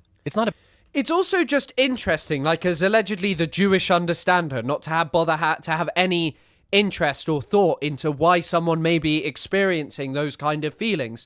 Because as I said, these are complex feelings around having very strong feelings around Palestine, but worrying about your own community hating you. About rejecting her identity, but about grappling with how it intersects with her morals and political stance. And this is how Ila's husband portrays the situation. I saw this TikTok that blew my fucking mind. This girl, she's on a train in New York, and she's like, I saw these Orthodox Jews on the train, and the first thing I thought was, are they Zionists? Get the fuck away from me. I'm like, you hate Jewish people. And that had like 160,000 likes on TikTok. So what am I supposed to think as a Jewish person when this is a celebrated opinion, to be on a train with Jewish people and your first thought is, get the fuck away from me, without knowing a single thing about them, without talking about them? That's anti-Semitism. I'm sorry to fucking spell it out. Ela sent a message, wanted you to see this Instagram post. The artist I wanted to collaborate with decided I don't want to be associated because I'm Israeli. Here's a quote. Sorry, I can't be associated with this company. Thanks for considering. You know, at a certain point when something keeps happening because of the actions that you undertake, you have to reflect on that. If it comes from something like speaking up on Palestine and you're losing work, then what you'll actually see is, okay, no, this is just the way in which the world works. And unfortunately, there are many people who do not take seriously what's going on in Palestine, and they are going to deny it. But when it comes from, and they are going to deny and avoid it because they don't want pushback. But when it comes from individuals saying, actually, I'm worried about your opinions around Palestine, that's a very different thing. I followed them for years, always supported them, and I have an ongoing painting of his at my house. When we talk about how serious the rise in anti-Semitism, this is why it's scary for us. It's now so casual to just not want to associate with an Israeli just because I was born there. And this is the result of Hassan's type of activism. If there's a state of Palestine, it makes sense. But if you're in one state, all that's going to happen is like everybody is trying to bring as many people there as possible. And like by the time, there frankly are a lot of Palestinians, right, in the area. This is the logic of Israel, and I don't understand why, as leftists, like, I think you have to question, like, people's actual bother to engage with anything beyond attempts to talk about this on the internet, to engage with your feelings and thought about what the world should be. And as I've said before, I am a firm believer in the idea that states should be states of all of their citizens. If you are pro-immigrant, if you are pro people coming over and being able to seek asylum in your country, why on earth would you ever think that it is a good idea to advocate for a Jewish state? Because that is premised on the same logic that far-right ethno-nationalists, who everyone would disdain in other countries, argue for. Why is it that just on the case of Israel, you say, no, Israel actually gets to have that state? As leftists, what we are really advocating for are states that are states of all of their citizens, not on the basis of their ethnic ties to it. And once the Palestinians outnumber the Jews, basically anything is fair game for the Jews. Anything. He's literally peddling the Great Replacement theory, but for Zionism. Well, that's the funny thing. The Great Replacement theory in the context of Zionism. And this is, by the way, something that right-wingers point out as a justification for why they should actually be allowed to hate Jewish people and blame them. They go, well, Jews are bringing over people to our country, but they get Israel to do this kind of stuff. In fact, that crazy guy that I was talking to, the Scouser, was actually making that argument. He was like, well, why do Israel get to do it? And then he went on to like, why did Japan get to do it? And it's like, I don't advocate for that. Why is it that you think these, because our cultures and all of this stuff, most people define their cultures and all of these things based on their external enemies, their others, especially European, especially nationalism in general. It's not really premised on like, actually, it's not really premised on, it's not really premised on what it actually is. It's much more what it is not. Here in Chile, I met a pro-Palestinian philosophy professor with family in Israel. I think it is very brave of her to maintain a position that would greatly affect her relationship.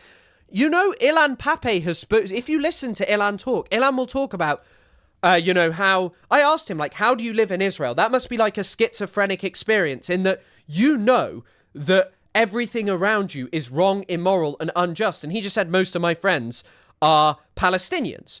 But what you have to say is he's taking a braver stance than being wishy-washy on Palestine.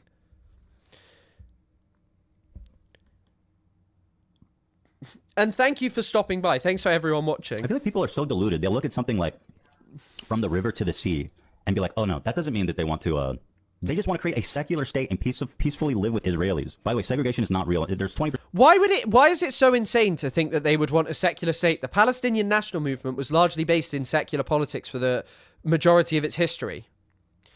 It's like Ben Shapiro being shocked people become anti-Semitic when he's fostered a culture of hating marginalised groups. And that's what I was trying to get at yesterday. And I've got at over and over again. The logic of what, you kind of do by hating immigrants is just something that was once said about Jewish people transposed. That's why I think that the best explanation of racism, as I shill for over and over again, is Todd McGowan's, that portrays it as a fantasy of creating a racial other, enjoying at your expense. That's it, as simple as that.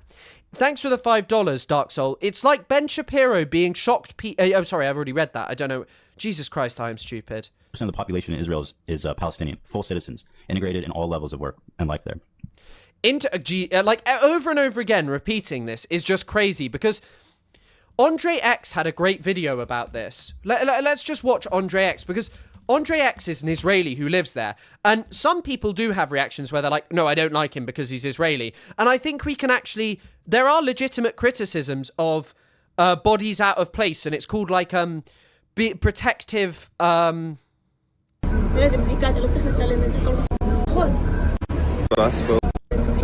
Here we go. So this is apparently in one of the places where Palestinians are integrated at every level. This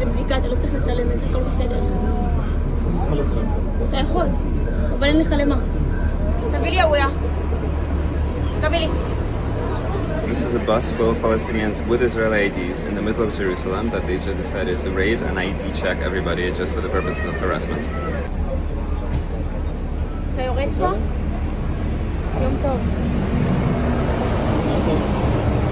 And now they returned only my ID because I'm the only non-Palestinian on the bus, even though everyone has an Israeli ID.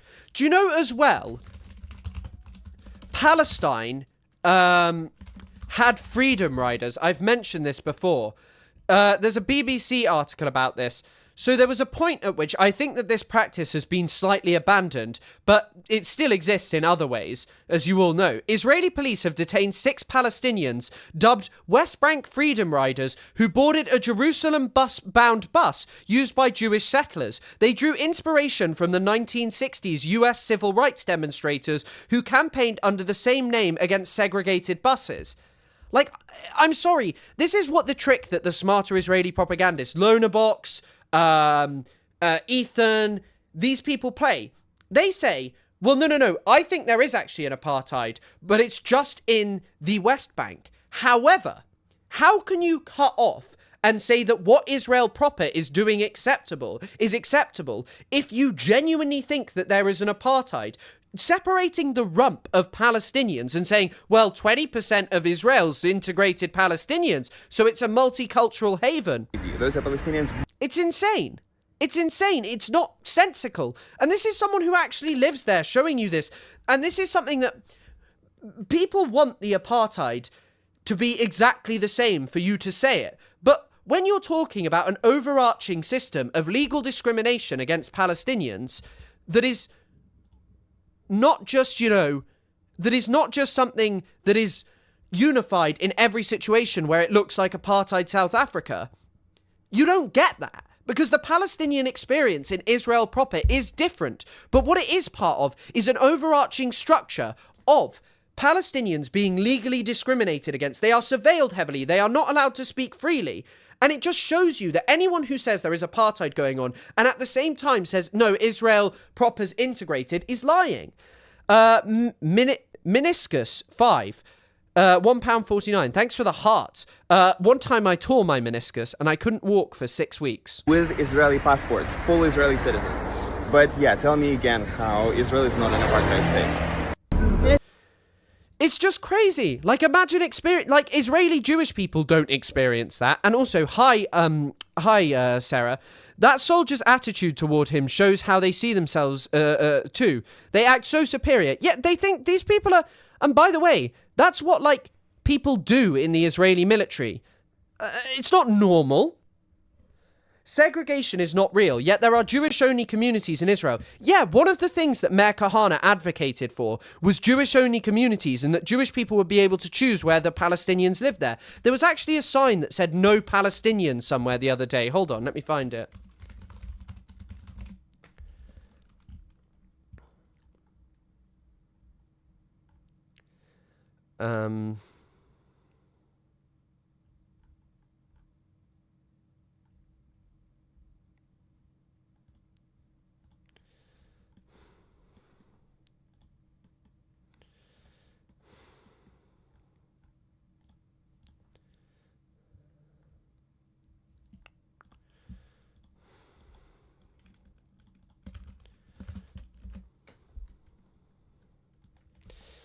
Only Jews live here. Israelis from the Har Homa settlement in East Jerusalem put up signs in their building in an attempt to intimidate potential Palestinian tenants or owners. On the building's group chat, they've been calling other residents to unite and block our cousins from moving into the building. Unfortunately for the racist settlers of Har Homa, Palestinian residents of Jerusalem have an Israeli ID, so they're legally allowed to rent and buy homes in the Jewish settlements of Jerusalem.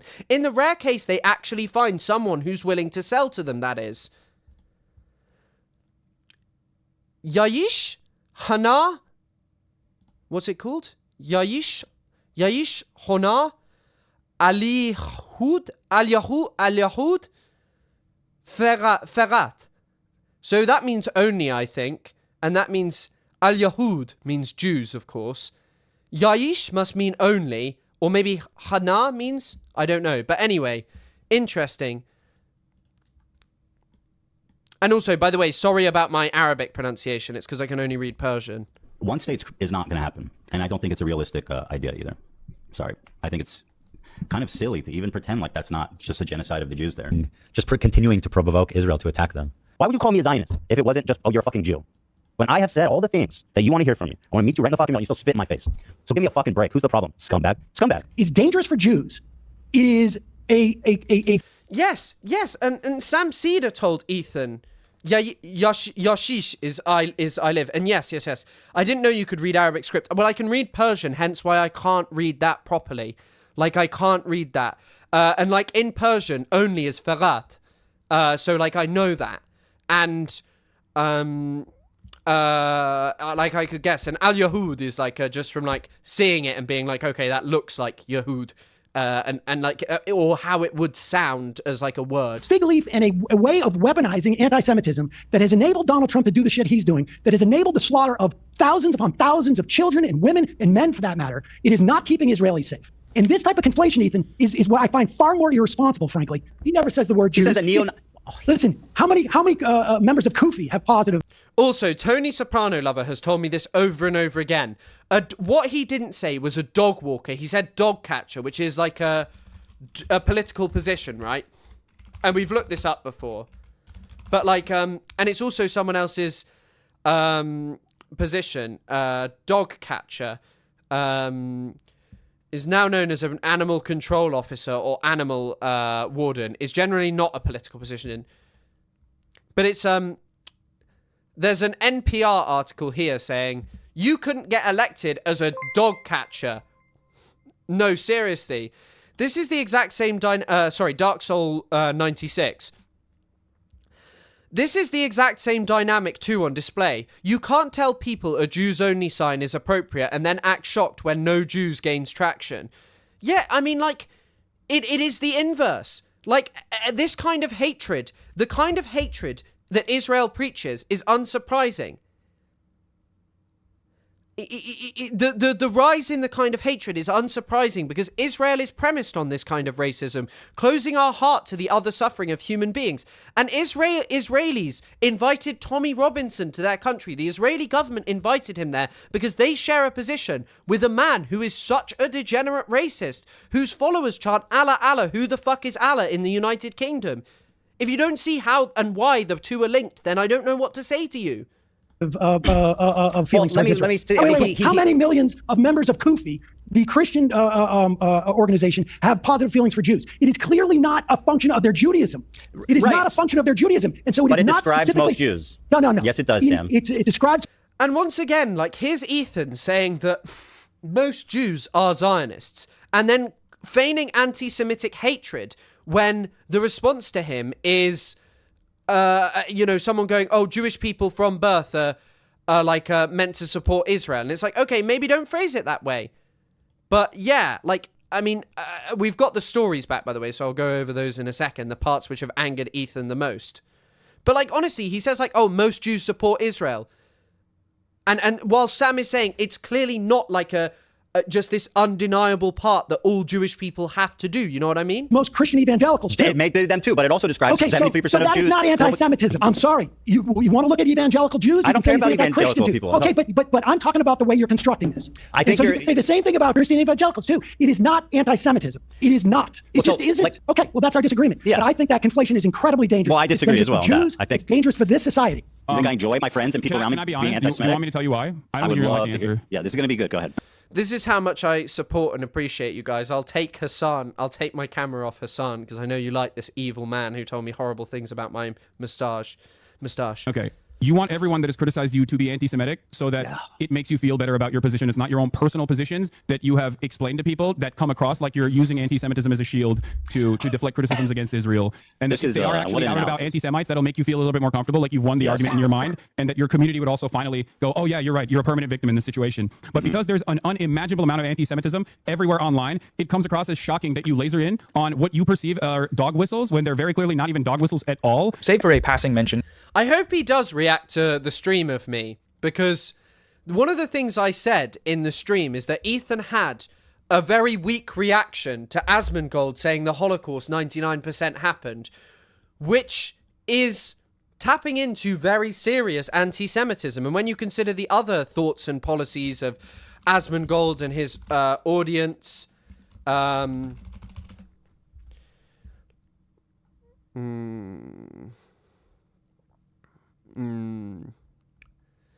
and like he's a big supporter of Ethan. I mean, the smartest person on Twitch. What? I gotta watch that. A carrot. One of these Holocaust deniers. I think the Holocaust probably happened. Oh, jeez. I think the Holocaust probably happened. Please, he had a take that was so crazy on Twitch. He said, you'll see what he says here. Probably it's all self-explanatory. One of these Holocaust deniers. I think he says he's not one of these Holocaust deniers. The Holocaust probably happened. He said instantaneously that Madison was a neo-Nazi anti-Semite. I think probably 99% certainty it happened. Brother, yes, I don't mean to pull a Hassan on this, okay, chat? But I will actually pull a Hassan on this, okay? Like an overreaction. I think this is a topic. I think that this topic is strong enough or important enough.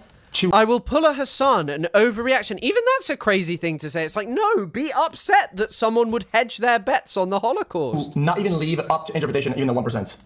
Guys, this is my current take of the day, okay? I'm Alex Clone number 3. Is this one going to threaten a woman with a brick? Find out on the next episode of Dragon Ball Z. You could have made a better joke about some kind of British show rather than Dragon Ball Z, but I've never threatened a woman with a brick, and nor am I an I'm Alex clone.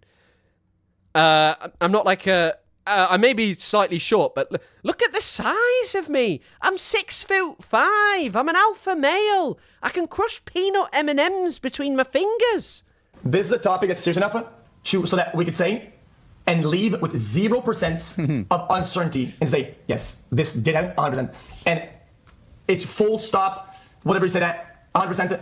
And leaving interpretation to 1%, you know what we're going to do. Well, dude, not 100%. Well, this says this says that. I don't know. And then it wedges further. And we'll use that percentage to fucking... Dragon Ball Z, not of British... Is it not British origin? I don't know. Maybe I got that wrong. I thought it was Japanese. To widen like the dialogue, which it's not a dialogue. It's not a dialogue. The United States went to the moon. It's not a dialogue. True. It's just not. I like, please who are you talking to? Elon, please gauge. Why did they First of all, I can't tell if it's speed up, Nate. I have to say, as someone who's been dealing with this shit, I genuinely appreciate what he said. But I want to say of Asmongold that I think it's so funny that like this is fence sitting maximum. Like you have to hedge. Fence sitting maximum. Like just where's the ire that you direct towards anyone who criticizes you? If the Holocaust happened.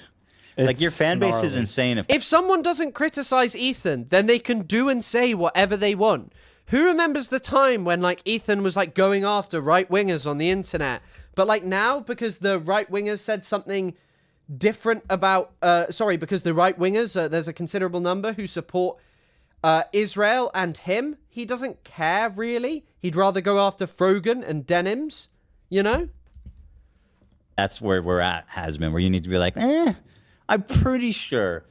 By the way, I don't understand these Holocaust deniers because most of them are like, it happened, but not as many as they say. Yeah. It's like, okay, so let's even say you're right. 1 million Jews died, let's say, instead of 6 million. Does that fucking change the narrative? Yeah. Right. No. That's what Asmongold says after the clips. Like, I don't care how many people died.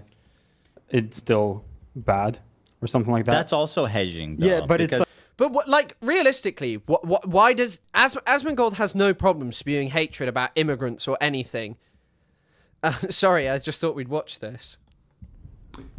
Hey up, and welcome to Callum's Corner.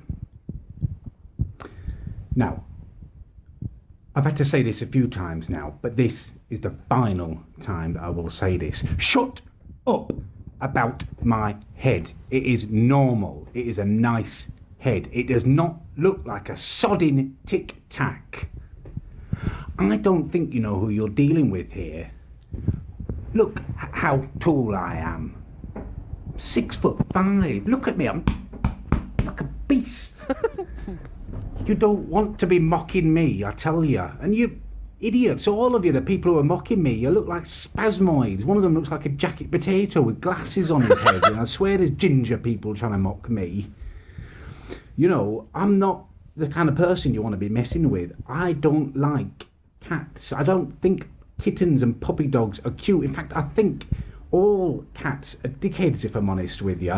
This guy's actually like he's quite a funny content creator. Like, Callum is someone who I watch for a very long time. It's just a pity that, like, he kind of became a Twitch streamer and then the center of his content just became people donating sort of like racist songs on Twitch for like $5. And it's like, you know, come on, Callum, you were doing interesting things. And his ableist language, yes. Yes, I'm no fan of the term, what he said. I see them in my garden, I'm not cooing over them. I run out there and scare them away. So you want to think carefully before you start mocking my head again, because I'm taking names down and I will shame you all in a video. You wouldn't be saying this if you were standing in front of me. You'd be cowering. You know, when I eat peanut M&Ms, I crush each one in my fingers, so I'm strong. Do you know what I mean? You need to stop this. That's where this came from. With money, you can corrupt anyone. Well, it's not that he's like become like that much corrupt. It's just kind of like, I don't know. It's kind of sad. It's unfortunate. But Chris, go look at Hen Mazig's story. Oh, I saw your message. We'll finish this video. Sorry. Of an outdated, vastly underestimated death toll of Palestinians in Gaza, Ethan omits the Palestinian side of the story entirely. He doesn't talk about Gaza. He doesn't give any specifics about what... Does anyone actually have, like, examples of him talking, like, regularly on Gaza and, like, doing a segment about, I don't know, a journalist who died or something like that, like a story about any of this stuff? Or does he literally just post exclusively or talk exclusively about his own world of anti-Semitic snarking haters? Israel is doing there. And this is an issue for a few reasons, but mainly all of the points he raises are directly tied to the Gaza genocide. The main targets of this video are some of the only groups in the world that have violently resisted Israel's genocide, and the few figures in independent media that are willing to tell the Palestinian side of the story. It's like when he called Iran the evil of all evil. This is just a dog shit take. Leaving out the broader context, Ethan is able to present a false perception to these millions of viewers. Ahmed Fouad al-Khatib said, like, the situation in Gaza was, like, pretty good prior to October the 7th, which is just like, what? What are you talking about? He was like, yeah, Israel had eased up the blockade and all of these things.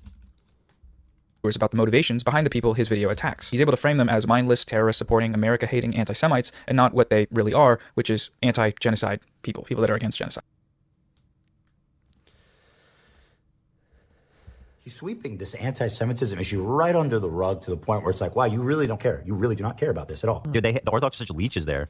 Oh, you're saying Orthodox Jews in Israel? Yeah. Don't serve? I thought that... It's also really funny. This is a point which I've made before. Like, the thing is Ethan Klein knew why Yoav Gallant was, like, in having an issue with the Israeli government. Like, she knew that it's to do with drafting Orthodox Jewish people. And this is largely, like, a problem of Israel, which is why it's always so focused on the Palestinians. Because I mentioned this yesterday. What is a Jewish state? And I know some of you will go, well, it's this, it's that. But the thing is this is a debate. Meir Kahane really brought it to the forefront, but there are other people like Rabbi Avraham Isaac Kook and his children, his child, Zvi Yehuda Kook, I think his name is, Kook, K-O-O-O-K. They kind of believe that Israel needs to be a halacha state.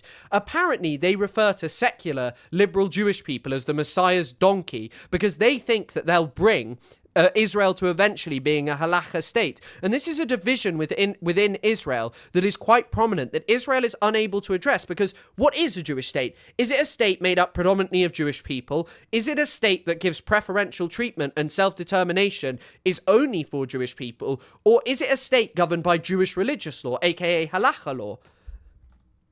And the reason they don't work is because they study Torah all day. Like everyone had. The reason they don't work and stuff, it's an interesting thing. Learning a little bit about it in New York is crazy as well. One of the things I found out is that, like, there's a problem in, like, Jewish schools in New York, that loads of, like, Jewish people don't have, like, basic English skills because they just learn Hebrew or Yiddish in some cases, I would guess. Exactly, except the Orthodox. Oh. And then because they need to sit and pray for God all day. And it's the home of the Jew, the Jewy Jew, not just a Jew like me or Ela, but this is home of the super Jew, the Jew, the dirty, grimy, jacket-wearing Jews, real dirty ass, nasty. You know what I mean? It's like, who can look more Jewish? Boom, boom, boom. It's like it doesn't end. I mean, come on. And also, once again, I saw they were upset about, like, Madison bringing up the blackface thing. But, like, once again, a lot of Ethan's early content was based entirely around outrageous jokes. Like, outrageous jokes like that. I'm sure this is a joke, but, connecting the two together, maybe there is something more that, like... well, actually, you know what? Connecting the two together, you do kind of see that this is also part of, like, the mindset of a secular Jewish person from Israel who's like, they don't serve in the army, they don't do anything but study Torah. They also, Orthodox Jewish people, my friend told me a lot about this, Orthodox Jewish people tend to have more kids, and yet they're not serving in the army, they're not working, so they're kind of living in poverty and are like just taking a lot of tax, whilst secular Jews pay high taxes and lots of money for things. I mean, I could take these guys a little bit more seriously if it wasn't for this curly ash. Like these fucking double curls. Yeah, that is disgusting. It's just goofy. But also, come on, wearing a full suit in the summer. You know what? Whatever, dude. Whatever they want to do is fine. But they stink the whole place. I do also, the one thing is, you do have to admit, wearing a full suit in summer is, wow. Because those, the traditional dress of the Orthodox rite is from when they lived in Eastern Europe, not like a now thing. Your continual use of the word inbred to describe Jewish people. Yeah, Ashkenazi Jews were all inbred. That's why we all have all these neurological diseases. Holy shit. Because back in the day, we had our little village and we fucking ran around in our little suits. And nobody wanted to fuck us, so we're like, well, fuck each other. And to be honest, there's like stinky suit where like, bro, you have to be very generous to fuck a Hasidic. No, here's your 20 back, bitch. I think I just broke the law. I think I'm going to jail. Kind of, I mean, I don't know if I just want to keep watching old clips of Ethan saying and doing this stuff. We know what he does there, where they draw swastikas. But I just want to say that was like the kind of stuff that, like, that was participating in the normalization of, like, anti-Semitic jokes being okay, which for a long time people did just think that, like, saying and doing anti-Semitic stuff was kind of funny because it was outrageous, making a joke about, like, the Holocaust or something, people saw it as okay because, and this isn't something that relates specifically to them, but because it was outrage shock humor that was prevalent at the time. We've done a Sig Heil approximately, 50 times? Why did I do a Sig Heil? Why did I do a Sig Heil? My heart goes out to you. Anyway, I don't understand. Xander, this one's for you. Xander! Oh, God. You would much rather spend. I'm Jewish, and I'm doing a parody that I You need to have been saying it while you were doing it, because they can literally clip just the. I'm not a Nazi. I'm doing a parody. It's too late. I'm a Jewish man. I'm an Israeli citizen. I would probably stop doing it, is the only thing, after someone's like, hey, maybe, just trying to push back on it. I'm going to Israel in June. Because you only watch clips on Twitter. I was making fun of Elon Musk and trying to see if it was valid or not. Thank you. And by the way, as a Jewish man, are you going to tell black people not to use the N-word? Wait, what? He's sweeping this anti-Semitism issue right under the rug to the point where it's like, wow, you really don't care. You really do not care about this at all. Your anti-Semitism radar is completely out of whack. You and who are you to say that to me? You pose with the swastika. You're saying it's not a swastika, and you know it's not a swastika. I mean, it literally is a swastika. No, it's not. Is it? You say basically it's not a swastika. The difference between the Hindu symbol and not. Okay, right. The difference between the Hindu symbol and the Nazi swastika. If I genuinely thought it was a swastika memorabilia, do you think I would keep it in my house? Dude, you're being so obtuse. I know it's not a swastika, right? I'd forgotten about that. And I know you know it's not a swastika, but it is literally a swastika also. Because the difference between swastika and that Hindu symbol is this. Last week, they threw their absolute best at me. First, Sam Cedar came in here, and I thought we were going to have a nice, calm debate. And this dude came out looking for a fight. Well, how do you feel about Hamas? I feel that Hamas, people can perceive it as a liberation organization. We call them terrorists in this country. We call the ANC terrorists. What do you think about them, Sam? Listen, I think there are parts, I would imagine, of Hamas that have done good for the people in Gaza, and I think they have done bad things. But I sort of feel, I guess, ultimately probably like Ehud Barak when he said that were I Palestinian and I was living in Gaza, that it would be likely that I would join Hamas. I mean, that's what Ehud Barak said on multiple occasions. And I think that is very, that is a I also didn't know this. Ehud Barak was the most decorated Israeli soldier in their history. And then he ended up just hanging around with Epstein and touching up women. An understanding of human nature. There is a long history of terrorist organizations or so-called terrorist organizations like the ANC or the IRA, even the PLO, now, Sam, that ultimately become a political organization. I think we have even the Irgun or the Stern Gang when they killed over 100 villagers in 1948. I mean, the history is full of examples of organizations that commit terrorist acts. Now, I will tell you, personally, I do not condone the killing of civilians. Once again, yes, anyone who is a leftist, right, wants to live in a world where, laws are upheld. And of all of the, bad things and, the rules-based order and its failure, you do have to say, the basic principle of just, not mass targeting civilians is a good thing. And I think you should hold people to account for it. But, let's be frank here. Israel was the one who created the situation in which civilians were fair game, Which is why, obviously, I'm upset about what Israel is doing. For a year, we had the Great March of Return, where, Sinwar himself was involved in that. There was I probably need to move myself off. 1 year after the start of the Gaza demonstrations that became known as the Great March of Return, scores of people, particularly young men, had been left dead, and many others injured, as well as in need of long-term medical and psychological assistance. By the way, I just want to say something. This is the difference between, academia, streaming, and debating about Palestine. People like Lonabox try to relitigate the Great March of Return by being well, X amount of Hamas militants died there. But what is missed from that is the context in which the huge amount of Palestinians were wounded. Whatever their actions were, you condemn Iran for, just using live fire against civilians. Realistically, Israel has a fortified border fence. They knew that if someone had broken through, they could have killed them. They could have prevented anything from happening. What they were terrified of is the very logic of what the Great March of Return was. Large-scale civil disobedience premised on the idea that Palestinians should be allowed to return to their homelands that they can see and are in close proximity from the Gaza Strip. But what also analysis which tries to focus exclusively on death misses and shows a complete misunderstanding of the world as a leftist is you totally ignore something which we should be appreciating, and as people who are ostensibly against minorities, disabled people, gay people and trans people and everyone not being targeted by policies that directly lead to their harm. What you should be able to appreciate is the structural violent element of Israel's crippling blockade over the Gaza Strip that has had Gaza's healthcare system on its knees for many years. If you have an influx of tens of thousands of wounded people at the Great March of Return for engaging in civil disobedience, it massively overwhelmed Gaza's healthcare system, which had the knock-on effect of people not being able to get treatment. So I think that, why I am so, I don't care to pretend I'm the most smart man in the world, but I do think the way in which I've studied and looked at Palestine offers me a different perspective that people do like. And maybe I don't get everything right, but at least I offer some kind of understanding that is not just exclusively, I'm relitigating something that generally most academics agree on. I'm a streamer and I actually know everything about this. Because I actually bother to do research that isn't just based on, no, look, I found out this new thing. Palestinians marching on a regular basis over the course of the year, I don't know how many it was, or 50 or whatever, that were innocent people who went there. They made a game out of targeting Palestinian knees during that and relitigating that. And wanting to defend Israel on that is crazy. And yeah, I will get to the new Epstein leak shortly. The new Epstein leak is crazy. But as I said on TikTok, the thing about the Epstein leak that to me is is we already knew Donald Trump knew what Epstein was doing. And snipers are shooting down unarmed civilians. And so time and time again. And over the course of the 20 years that I've... Wait. I actually just want to pull this up. Like, just look at this. Over 7,000 of the live ammunition injuries were limb injuries. There's a discussion around this as well by a lady called... Oh, motherfucker. J.K. Puar.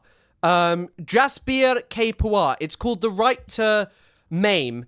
There's a great article as well if you don't want to read that. The Right to Maim. Sitting there and relitigating like what happened in the Great March of Return, where I've mentioned these before. Here are two articles. I believe Disabling Palestine is the one I've read, and Gaza and the Great March of Return. And Liberated Texts is run by someone who I really rate. Liberated Texts is run by a guy called Louis El Alday, who's a brilliant translator of Ghassan Kanafani. But anyway... you can just, like, I'm sure that this is a great article. Considering that Gaza already has a rate of disability that has surpassed global averages, 18.1% of Gazans having at least one chronic health condition and a minimum of 40% of households having at least one person with mental health difficulties, this is a staggering amount of death and injury. We hear reports on average 10 children per day undergoing amputations, frequently without painkillers. Those amputations stick with you for life. I spoke to Hassan about this as someone who has had the privilege of having access to good healthcare to fix a seriously debilitating injury that if it was not fixed, I would have had to get a knee replacement when I was a very young child, and blaming in part also that healthcare system and feeling ire towards the fact that when I told them about what was wrong with my knee, it was ignored. Understanding the psychological pressure of that situation of, you know, of like you being in this experience because of a blockade and because of the fact that another army believed that they had a right to just shoot you because it's okay because you didn't die is unbelievable. And then claiming that Palestinians are just taught to hate, that is an actual reasonable conclusion to reach, rather than what a group like Hamas that may preach militancy and a militancy where you give a lack of regard for your own life. And it's not just Hamas who do this. There are many other groups who in Palestine talk about becoming a martyr. That is not that like unbelievable of a thing. Look at, we valorize give me liberty or give me death. We valorize that as a concept within revolutionary spirit, where human beings saw liberty and liberation from the oppressive structures that they faced as something worth giving your life for. We think that that's good. We just had Remembrance Day, where people suffered and gave their life in the name of something better and good in the First World War and the Second World War, at least. But, I mean, even then, you know, the destruction of our societies was horrendous in those. And over the course of the 20 years that I've been professionally, covering this, my attitude towards Israel's willingness to have peace has changed, and my understanding of it has changed. Also, just look at this, by the way. Once again, so far, only one soldier was prosecuted for the killing of a 14-year-old boy during a demonstration. He was convicted of unauthorized shooting and sentenced to 1 month in prison and a suspended prison sentence of 2 months, according to the High Commissioner for Human Rights. At what point do you think that it then becomes your right to take up your action to do the same thing to another human being because the person who did it to you will never be held to account? The case appears to highlight structural limitations inherent to the Israeli military justice system in focusing on the responsibility of soldiers in complying with orders and standard operating procedures without addressing... Sorry, I just need to... Yeah, my phone's fine. Without addressing the legality of those same rules of engagement and the connected responsibility of military commanders. And my understanding of it has changed, and I can only imagine how more intense that feeling is to be living in a place that is, functionally like the Warsaw Ghetto, insofar as you don't have access to resources, you have 50% unemployment, the apartheid that is taking place in terms of the West Bank. I mean, but just listen to the levity that Sam Cedar speaks with about this. Sam Cedar's feelings are not dominated by just his own personal feelings around Palestine. They are dominated by a clear understanding of what Palestinians actually experience. And you can criticize him. His thing to do with Graham Plattner was not cool, in my understanding. But maybe that was more Emma Vigeland. But his commentary here is so clear. The ANC were militant. They're supposed to be bad now. They also killed primarily civilians, but apparently they held people to account, according to Loner Box, and therefore militarism is not something that we should actually go for or look at or understand or offer an understanding of why someone might reach that point, you know? I agree with those characterizations, by the way, Sam. Just to say. I would. Okay. But it's also, I agree with those characterizations. Then show it. Don't be collaborating with Ahmed Fouad Al-Khatib. Appreciate what people are actually saying. Because, yeah, and your wife shouldn't be following and liking the posts if you really appreciate that. But I can't imagine that my response wouldn't be to pick up a weapon. Sam Cedar, who's supposed to be the ethical, rational, reasonable one, smartest, he's the guy, right? He's calling into my fucking show and saying Hamas did some good things and some bad things. Yeah. In response to October 7th. Are you fucking kidding me, bro? You're going to sit here and say I'm anti-Semitic? Shame on you, dude. Well, how pathetic. I'm sorry. That shit is just out of line. I was one of them. I don't think I'd call myself a fan. I have no respect for him. You fucking hack. I do think there is something to be said that Ethan ended his debate by saying, you know, by sitting there and saying, I am the legend in this situation, that I have just defeated the intellectual Sam Cedar. I don't think people would say that that's a thing that you reached. This was what we already looked at. And by the way, once again, Ethan complains about people platforming bad empanada. He literally just reads out the emails, which he's going to do here.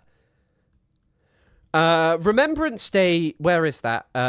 Remember, I mean, if it wasn't, but the lack of analysis on Remembrance Day is really frustrating. Yes, one of the most interesting things about the Tomb of the Unknown Soldier, which is like a tomb in the United Kingdom. These are like actually common across the world now. The Tomb of the Unknown Soldier, what it actually is, I don't know if it'll report it here, but Benedict Anderson talks about this. Where is it in the UK?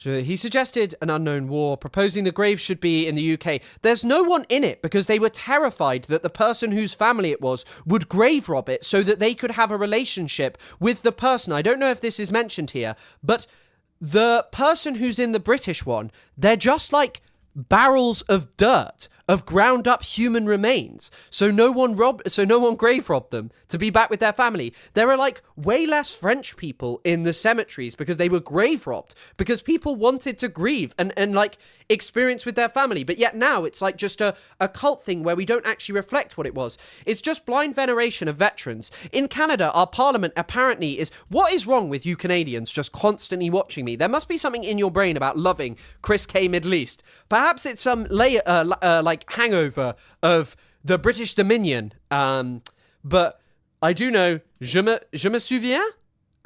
Tony Soprano lover, tell me, is it je me souviens? I remember. In Canada, our parliament apparently is even unsure of who our soldiers fought in World War II and are erecting hilarious bipartisan victims of communism memorials. Jesus Christ. I mean, you guys did have the celebration of the Nazi, right? Not that long ago. This one was kind of fascinating.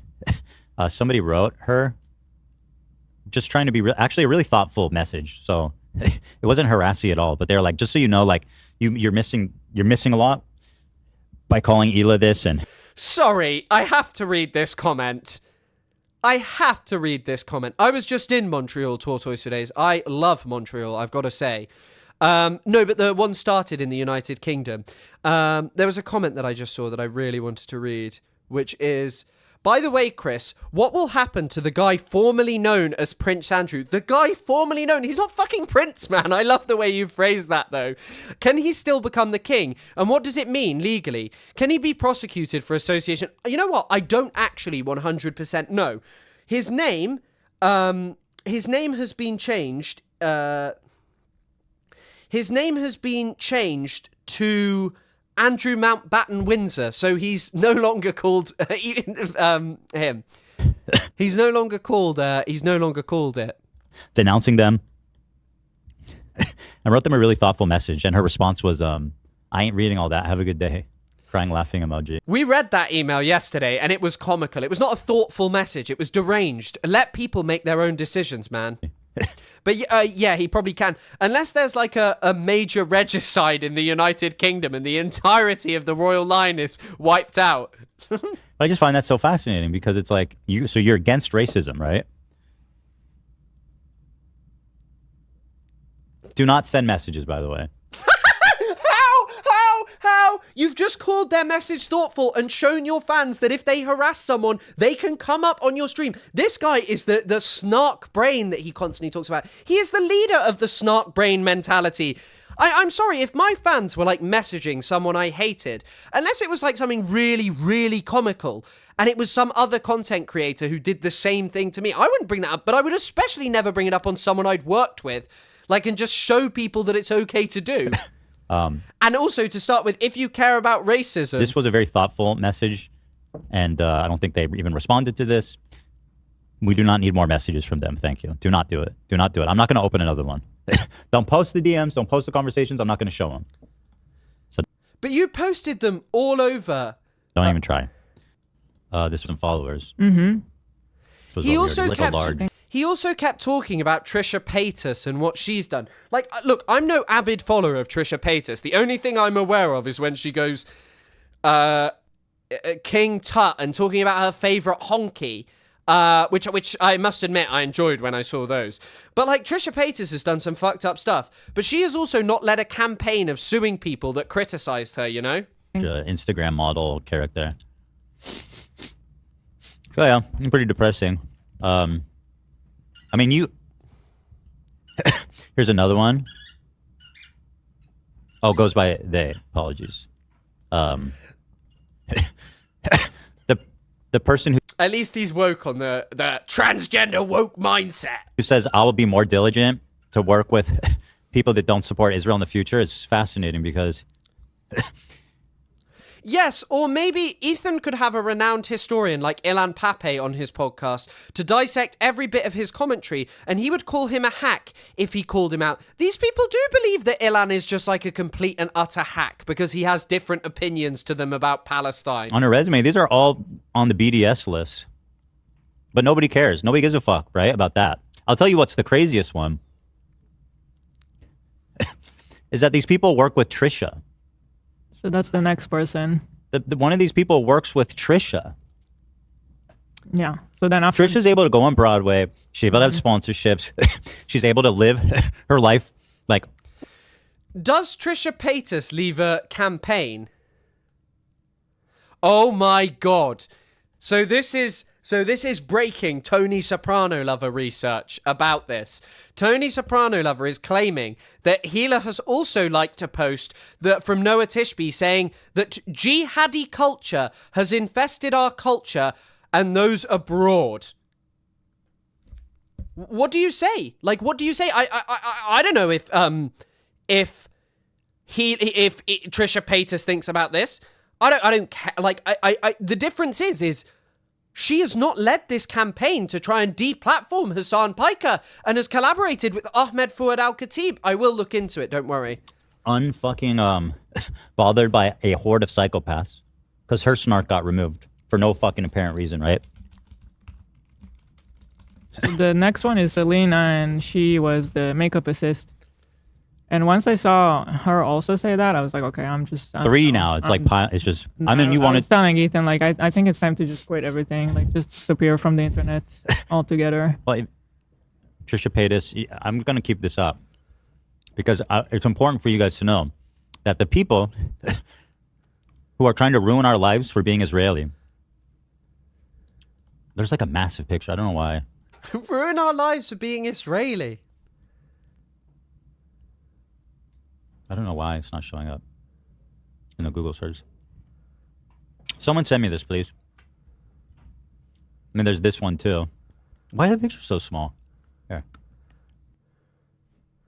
There are photos of her wearing an IDF shirt, and I don't care to eulogize Trisha Paytas, but I'm not sure she also portrays herself as a pro-Palestine activist.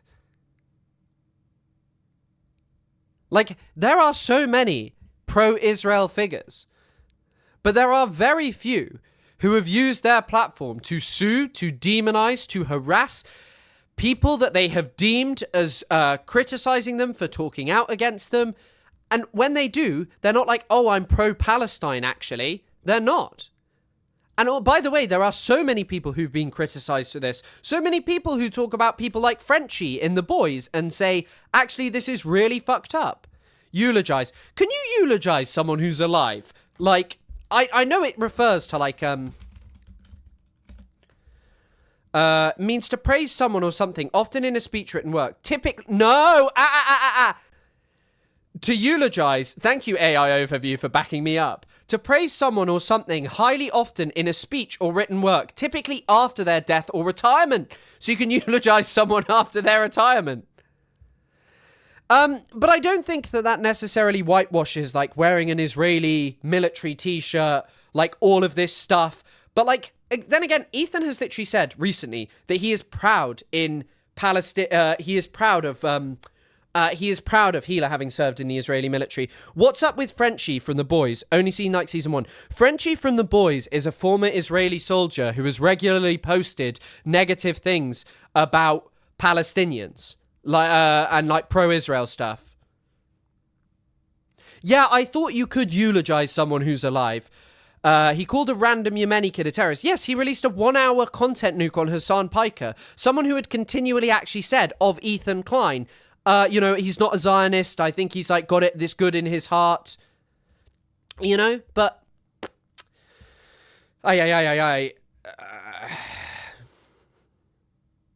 yes, and also like her allies are not Nick DeOrio and Lonerbox.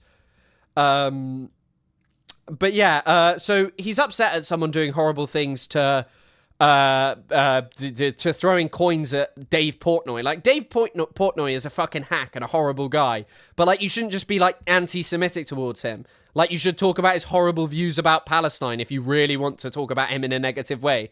Like, just do that. Simple as that. And yes, I've seen the video of him saying, but... the H3 fans was them not wanting to look inward at their sort of crumbling H3 empire and the fact that they are so isolated and, you know, not wanting to reflect on this sort of outward opinion. I don't know, you know, like, again, a lot of people on the outside were like, oh, this video was very balanced. Again, when the H3 fan base is like, oh, you didn't do a lot of research. I'm like, yeah, I agree with you. But on the other side, when they talk about Ethan's blackface and they're like, well, they're sort of defending his blackface and saying, well, you didn't look at our side of things and how he didn't really do that. I'm like, well, actually, since that video, there's been a lot more instances of their blackface. But was there an echo the whole time yesterday? No one mentioned have come to view, and I could have provided a lot more of that. Or same thing with, you know, me not here. For me, my perspective is, why is there an echo there? Especially when reading this book, and kind of educating myself more, it seems like on the Israel side of things, you know, I keep saying it wrong, which is so embarrassing. The Nakba, right? Not the I swear I kept typing it as the Nobka, which is extremely embarrassing. No. By the way, like, when I started talking about Palestine, I made mistakes. You know? Like, I would say infatah, instead of intifar, which means opening, right?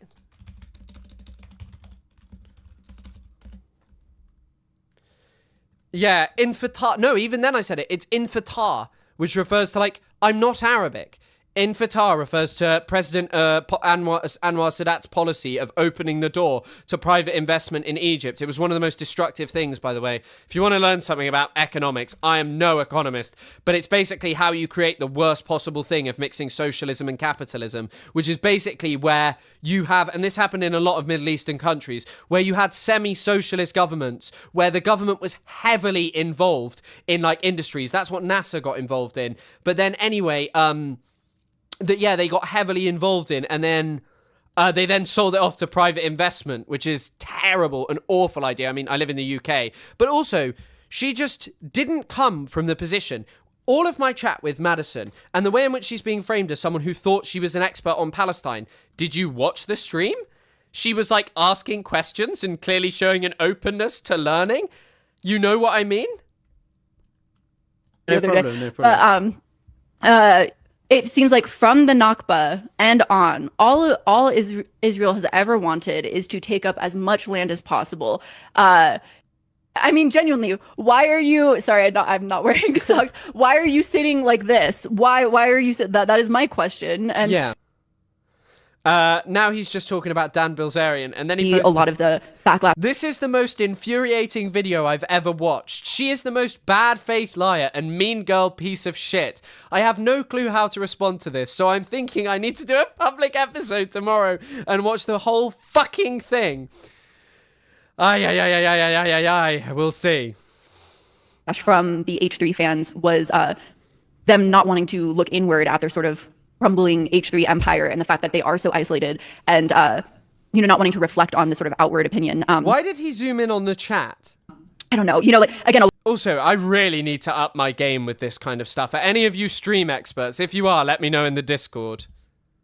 A lot of people on the outside were like, oh, this video was very balanced. Again, when the H3 fan base is like, oh, you didn't do a lot of research. I'm like, yeah, I agree with you. But on the other side, when they talk about Ethan's blackface and they're like, well, they're sort of defending his blackface. And also, once again, it's really, really, really hard to, look at Ethan posting videos of himself, called the Black Challenge, and sit there and say, well, you were really anti-racist at that time and you wouldn't have done that as a joke. Saying, well, you didn't look at our side of things and how he didn't really do that. I'm like... and then he posted about Dan Bilzerian with some girls. A lot of the... Dan Bilzerian is a steroid-taking hack. And then he posts his 2021 post about... It's also crazy that in the 2021 post, he's like, even if Hamas is operating out of a civilian building, it doesn't justify the total destruction of that building. It's inhumane. But then later on was like, oh, Hamas operates out of hospitals. They prolong the conflict.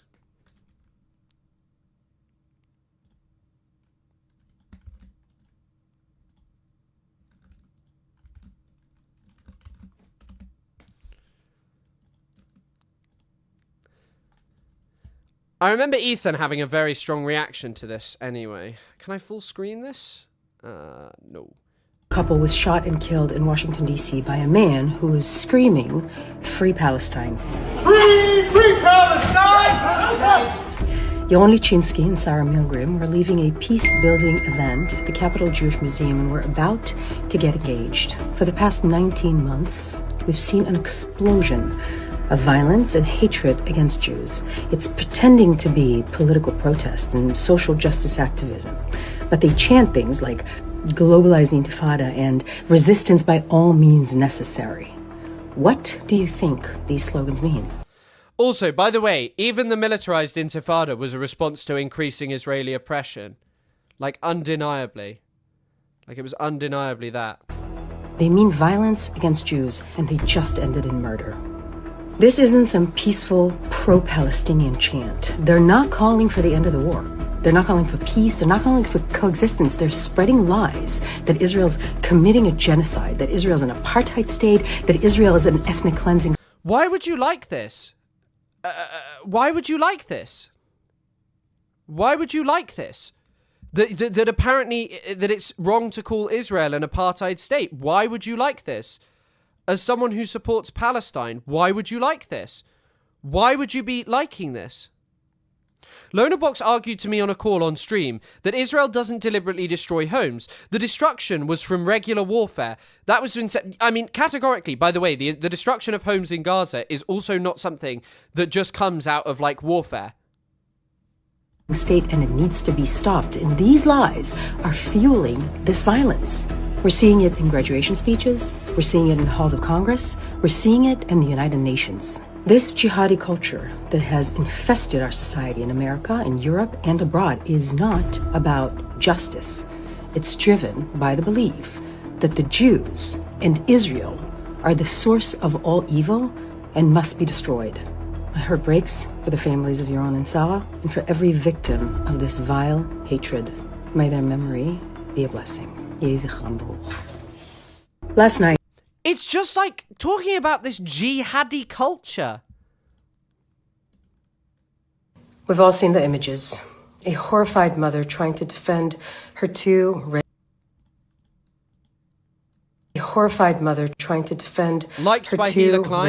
boys. We've all seen the images. A mother, we learned that they were tragically murdered by Palestinian terrorists.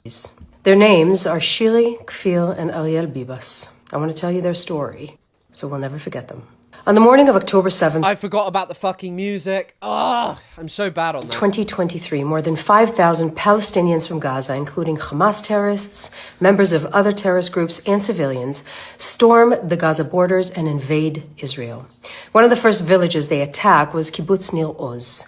The kibbutz was burned down nearly to the ground. 1 in 4 community members there were either murdered or kidnapped. When they attack the Bibas family house, Yelden Bibas, the father, tries to defend his family, his wife Shiri, and their children, baby Kfir, who is 9 months old, and Ariel, who is 4. He bravely walks outside and hands himself over and begs the terrorists to spare his family.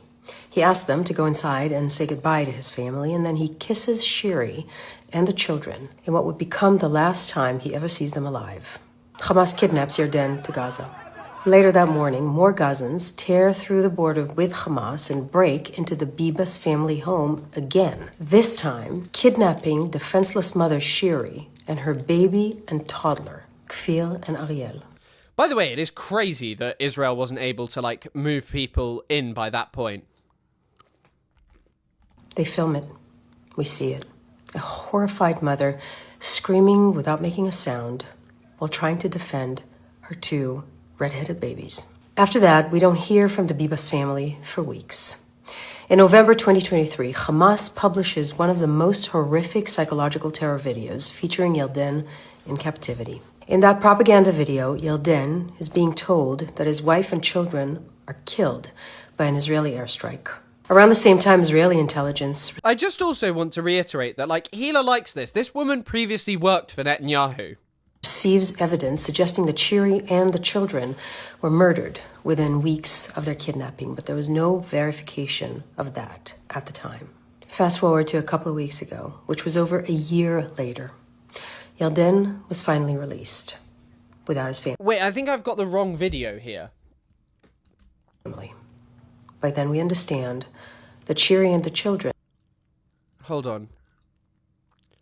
Oh, I missed... it's at the end of the video where she... We've all seen the images. A horrified mother trying to... It's so annoying that you can't get to the end, but... motherfucker.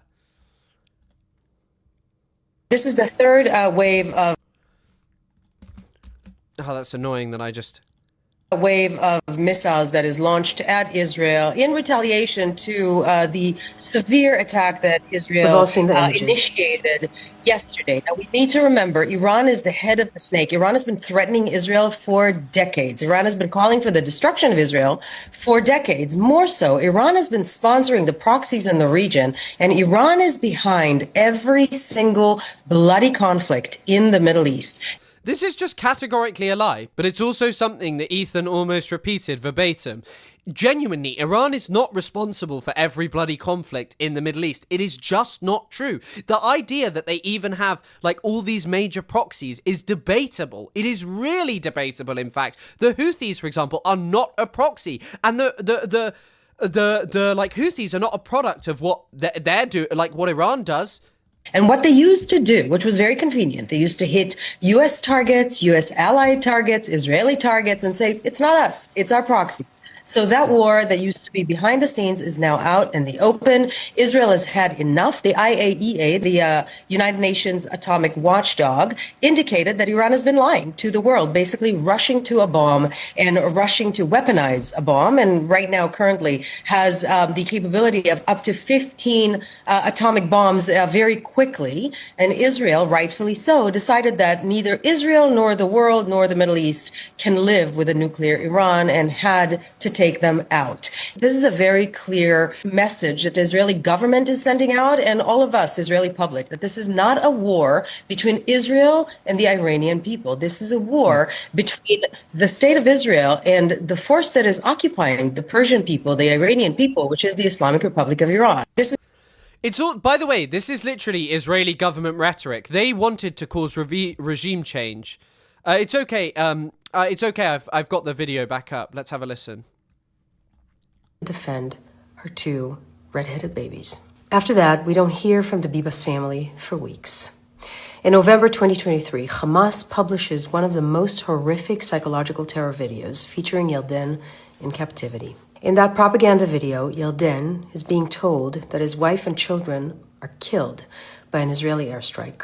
Around the same time, Israeli intelligence receives evidence suggesting that Shiri and the children were murdered within weeks of their kidnapping, but there was no verification of that at the time. Fast forward to a couple of weeks ago, which was over a year later. Yildiz was finally released without his family. By then we understand that Shiri and the children did not survive captivity. And then came the news that 4 bodies were expected to be returned, 3 of which Hamas claim were Shiri, Ariel, and Kfir. That morning, as the Red Cross arrived to retrieve the bodies, Palestinian terrorists stage the most horrific and disrespectful. By the way, Israelis were just filming the Palestinians that they'd had in prisons for decades, like mocking them. We've all seen the videos. The idea that this is like, some outrageous thing is ridiculous. Display of the dead. You see, in previous hostage releases, Hamas was the one who led this disturbing spectacle. We can tell that by the green flags and soldiers in black fatigue. However, for the return of 4 bodies, including that of a toddler and a baby, all major Palestinian terrorist groups, all of them, including Hamas, Fatah, Islamic Jihad, and PLFP, took ownership of this revolting theater of terror. They paraded Jewish children in black coffins on stage, forcing Palestinian children to watch and later to celebrate on that stage. In another disturbing turn of events, the body that Hamas claimed was Shiri's turned out not to be hers at all. It was an unidentified Palestinian woman. This was Hamas's latest sick and twisted act of psychological torture and a blatant display of disrespect for their own dead. Following the forensic investigation, we now know how baby Kfir and his brother Ariel died. Out of respect for the Bibas family, we will not share the details, but the evidence show that Palestinian terrorists murdered Ariel and Kfir not by a gunshot, and not by an airstrike, but with their bare hands. They later mutilated the bodies in order to make it look as if the children were killed by an Israeli airstrike. This is who we're dealing with here. Terrorists who murder little babies by hand, mutilate. I like how she needs to add by hand, by the way, because, categorically, Israel has murdered so many babies. In order to make the babies that were murdered by Hamas better victims than the Palestinian babies, you need to say, oh, well, they were murdered with bare hands. Their bodies to be used as propaganda and proudly parade their coffins on stage for Palestinian children to watch and later to dance. For the past 20 years, Hamas was the one who was in charge of the education system in Gaza, and we just saw exactly what it is that they're teaching their children. So when you march through your campus saying glory to the resistance or free Palestine by all means necessary, that is the resistance you're glorifying. So it is You're supporting people. So it is the same thing that Rudy Giuliani said that Hila liked. Who want to bring up the next generation to be 2 things and 2 things only: murderers and martyrs. Forget about Israel and the Jews. Forget about them. But the other thing is people who I saw the reaction to this from everyone's favorite Scottish man, Nonabox, who was like, oh, it's not crazy to say, but how that children are taught to hate. Surely you must confront the fact of actually, if you believe that what Israel does is unacceptable and that it has gone on for so long and it has reached a point that, by the way, South Africa never reached a point where townships were destroyed regularly for years on years. Surely you must recognize and reckon with the fact of, actually, you know what? People are moving towards militarism because no other solution is offered. The reason that the Second Intifada becomes the Intifada of independence and engages in militancy is because of the perceived failure of the non-violent resistance of the First Intifada. If you're truly a friend to the Palestinian people, just ask yourself, is that what you want for them? Is that the future that you are offering them? If you're genuinely pro-Palestinian, the real work is not more resistance. It's de-radicalization. It's not about freeing Palestine from the river to the sea. It's about freeing Palestinians from the culture of a death cult. Crazy work! Imagine liking this! And if you're still... And once again, I just want to show you why condemning Netanyahu isn't good enough. This woman worked for Netanyahu. Silent, even when you know the truth. Even when you know what happened to baby Kfir and the level of hatred that is required, the level of hatred that is required, by the way, to justify denying people rights that you have on the basis of the fact that you are Jewish and living in Israel requires a far greater level of hatred. And then to blame them for, you know, not accepting your shitty peace deals. It was liked by Gila. and Ariel, if you're outraged by every single thing that Israel does, but you can't find outrage for this, then we have nothing else to say to you. And for Shirley, Ariel, and Kfir, Yeh Zechachem Baruch. End apartheid first. Oh, never mind. Yes, it's like this thing of just offer Palestinians some fucking justice. Offer them some support. Offer them, you know, something better than just continued mass murder and the denial of basic human rights.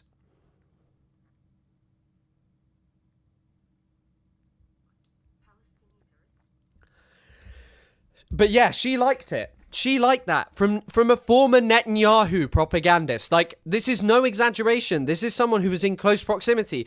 And like, by the way, look who's now on their campaign, because they've globbed onto it and realized that Ethan's rhetoric represents exactly the same thing as that people like Hen Mazik and Noah Tishby engage in.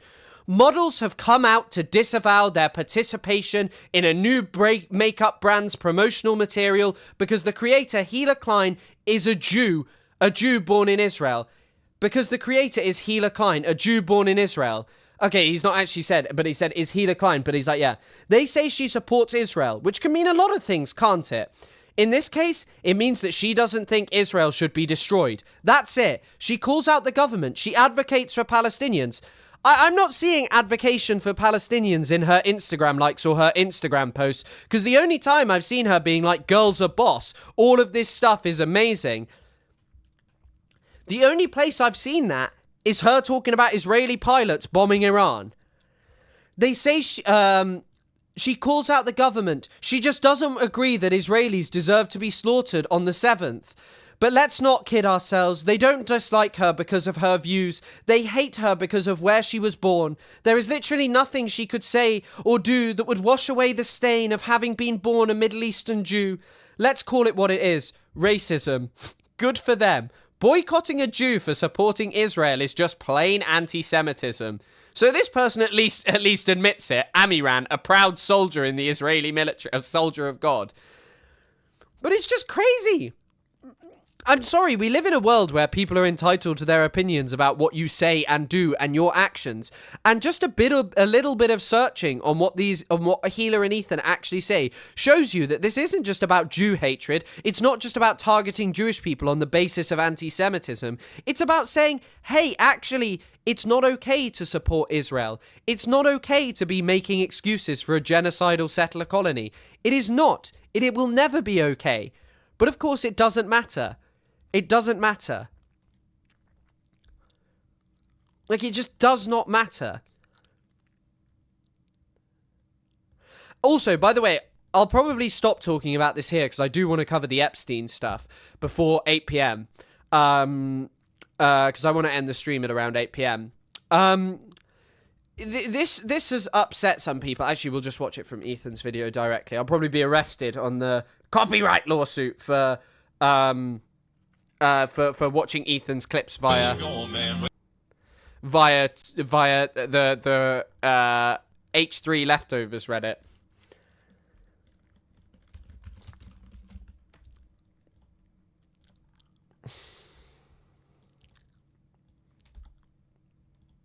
Oh no, we don't want to give you the oh no. I want it to be Teddy glowed. Right? Mhm. No. So we're going to talk about that. Also, you guys are going to love this, man. This girl, Cruel World, dumb, bad research. He really wanted to say dumb bitch there. He really wanted to say that.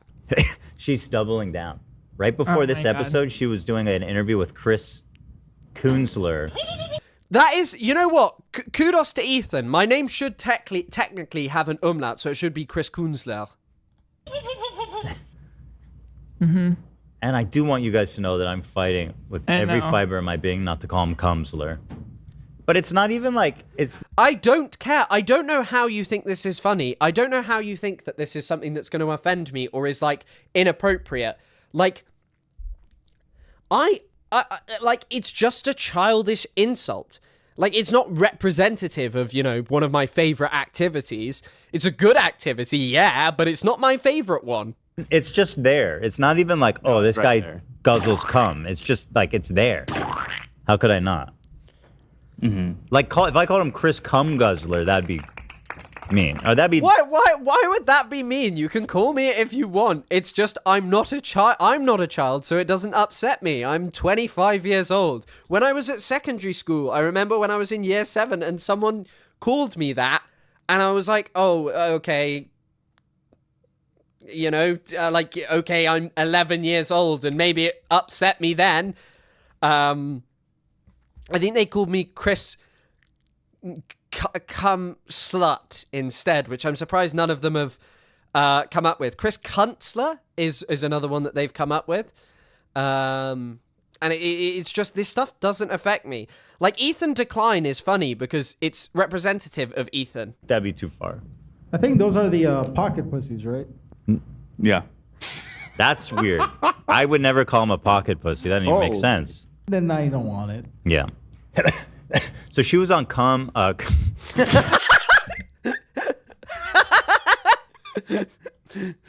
Okay, I got to admit, sometimes that's funny.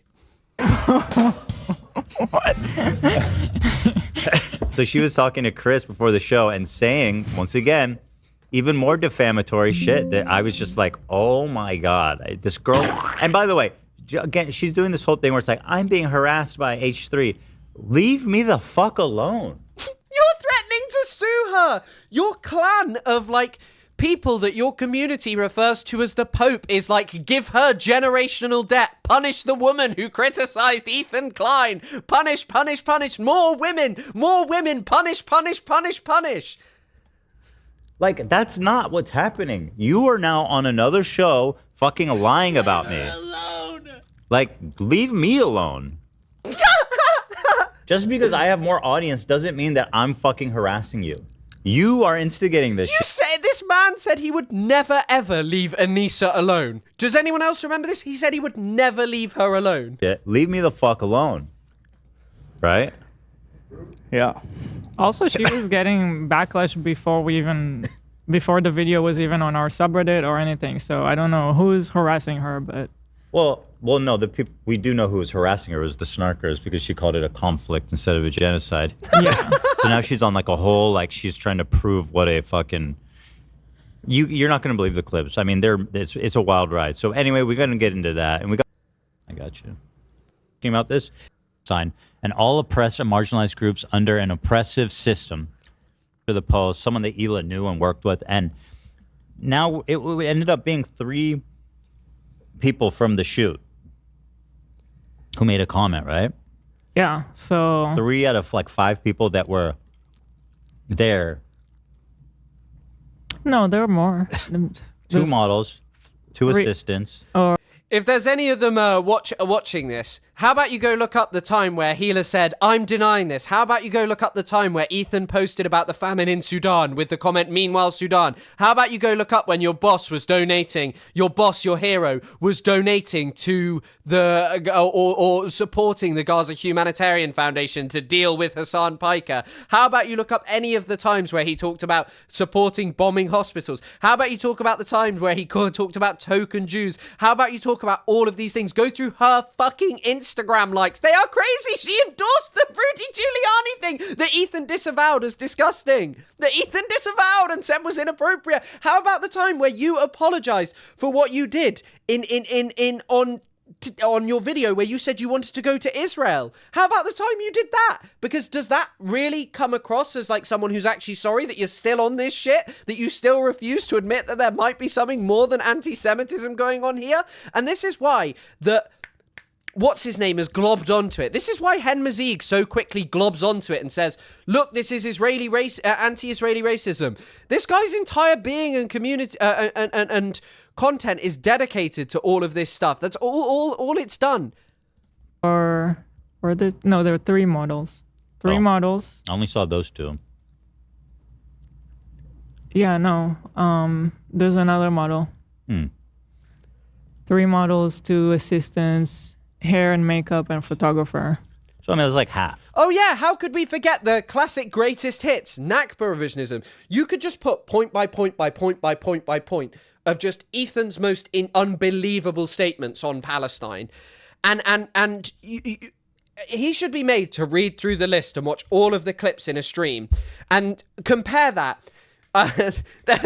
This is something that I probably don't want to reference, but there's a clip of Jimmy Savile where he goes, I'll go up to St. Peter on the day that I die. And I'm not saying Ethan is like Jimmy Savile, but he says, I'll go up to St. Peter on the day that I die, and I'll show him the credit and balance sheet. On the one hand, I've got, I wasn't a perfect person. Obviously, not everyone knew that he was like a raging pedophile. But then on the other hand, he was like, well, I've done all these good things. It's kind of like this thing, confront what you've actually done, man. Like, tell the truth, and no matter what debits you allegedly have, you'll have anything good. But the debits on, like, Ethan's side are like, where are the debits? Where are the debits of anything positive? And by the way, this is not, like, revisionism for Jimmy Savile. I'm just saying that he should confront what he's actually said and done. That he should have, like, this debit and balance. That he should talk about all the pro-Palestine things he's ever done. Pro-Palestine, called Loner Box. Pro-Palestine, called Loner Box, called Ahmed Fouad Al-Khatib. That's it. That's it. That's like it. That's his pro-Palestine thing. He should make a credit and debit sheet, made one apology video, and what it will say is he ain't getting into the pro-Palestine movement. Immediately, like, I had no idea I was working for an Israeli. I would have never fucking taken the job. Is that what any of them said? Did any of them say, I worked for it? Sounds like something an anti-white racism ally. Yes, because anti-Semitism is obviously a real thing. And like, I think one thing I said yesterday, I said Nick Fuentes isn't in proximity to power. But what I would actually say, and what I think is worth accounting, and I was careful to mention that his rise is troubling. But what I would say is that his rise and getting in closer proximity to power and actually getting airtime is crazy. And also, by the way, I watched Hassan's like stream clip, and Hassan pulled up like Destiny going, oh, I don't know why Nick Fuentes doesn't like me. Like, he should be grateful for me, like, reviving his career. Unbelievable stuff. Which, again, I'm not blaming people for being reactive. I do think it was deeply unprofessional. But I wish people would just learn a little, just be a little more thoughtful. It's like, she did not choose to spawn in. She didn't choose her spawn point. Right? Sometimes you spawn. Of course we don't. And I never chose to spawn into Britain. But people wouldn't want to work with me and talk to me if alongside this Palestine activism, I was like, well, you know what? Like, white nationalism in Britain and this whole anti-immigrant stuff, there's a lot of good stuff about that, isn't there, And I wouldn't do apologia for, British nationalism and stuff. People would question me on the basis of that. For me then to go that this is just because of where I was born wouldn't be fair. You guys make jokes about me being British, but, like, I don't care because I know that Britain has, like, a problematic history, and also there's like a funny culture online of calling British people three-head and whatever. Like, okay, I don't care about any of that, but if you had criticisms of me for like valorizing the rest of the British Empire but then hating Israel, that's not anti-British. That's just saying that's weird that you like all of the other colonialism that your empire did, but you don't like the stuff on like Israel. That's like a bit weird. Like, why would you pick the Jewish state, which is obviously a problematic part of British history, having played such a paramount role in creating that and offered no support to the Palestinian people? But, like, I didn't choose to be born here. I didn't choose to grow up with an education that teaches me basically about being a good citizen in Britain. I didn't choose to be born into a society which doesn't reckon with its colonial past, which doesn't teach young people about Ireland. And I don't know enough about Ireland, frankly. However, what I did make a choice to do was change on that, to be better on that, to want to learn and grow and appreciate what my history is and how that impacts today and why that should influence my politics. Because when I was like 17, from like a young age, I was a reactionary. I believed that like, oh, feminists just, they want too much, oh, why are they just demonizing men? oh, you know, things are fine. And then I did some more reading and I was like, okay, that's not really true. I read more about Palestine. I remember I was like reactionary about, you know, like protests and stuff and being like, oh, you know, in fact, you know what? I was like, oh, why are people tearing down statues? Even though I supported Palestine at that point, I was like, statues should actually be in history museums and we shouldn't be tearing them down. And it's like, look into it. The local communities didn't want those statues. Those statues are just offensive. And if most people don't want them, get rid of them. Who cares about this part of our history? I was willing to criticize our history at that point. But I was like, oh, maybe we shouldn't be protesting in such ways. But frankly, now I'm just like, why did I ever talk or think like that? And part of that is the way in which I grew up. And I've changed. And we all have the ability to change and grow and not behave like dickheads anymore. And one of the ways in which that happened for me was by learning about my country's history, by learning about Palestine, by learning about many things. And it's kind of this thing of like, we can change what we believe. Well, of course we can't change where we were born. But people aren't just jumping. There are some people who would go for Ilan's throat and be like, you know, who would go and say, oh, Ilan, he's an Israeli normalizer, he's born there, why doesn't he just get the fuck out? But the vast majority of the most pro-Palestine people would be so happy to talk to Ilan, to listen to Ilan, because Ilan changed. Because Ilan's not the man who served in the Israeli military in 67. He's not the person who grew up with pro-Israel indoctrination. He's someone who bothered to read and learn and try and be better and address not only his history, but do things better. But change it. Change it, I think, is actually not just do better. On in a shitty spot and you get sniped before you even get a chance to move. Like, she did not choose her fucking spawn point. So don't call the person on your team shitty who got sniped immediately for getting a bad spawn point. You follow? Kind of. I'm saying, I wish people would just fucking stop blaming people for where they're born. Yeah. Isn't that common knowledge? Don't we all know? Don't we all know that? Lenin was born privileged. Thought we all knew that. Right?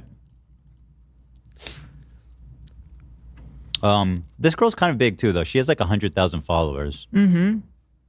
It's like a large Instagram model character. So yeah. I'm a large pro-Palestinian content creator, but not in the sense of I have a lot of followers. In the size of my arms. Pretty depressing. I mean, you. Here's another one. Oh, goes by they. Apologies. The person who says I will be more diligent to work with people that don't support Israel in the future is fascinating because on her resume, these are all on the BDS list, but nobody cares. Why are they on the BDS list?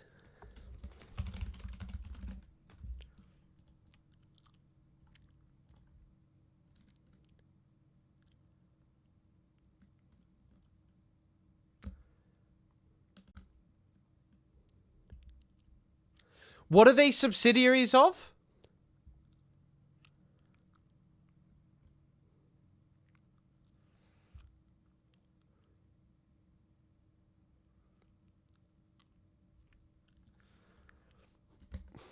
What are they subsidiaries of?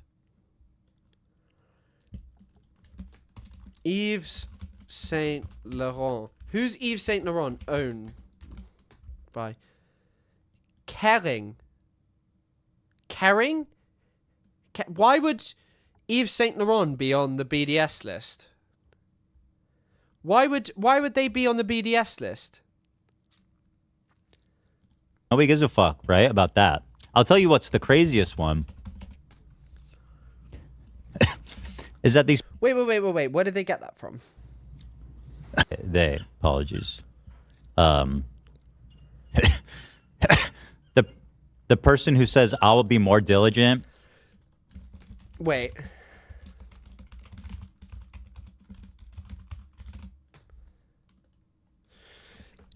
Look, if just boycott them all. The decision by a large element of the pro-Palestine BDS and sanctions to shun and denounce standing together is short-sighted. The problem with BDS is that it started as a reasonable effort to introduce corrective and different behaviors that serve Palestinians' legitimate and urgent grievances. Ultimately, this should mean achieving a just and equitable peace between the Palestinians and the Israelis.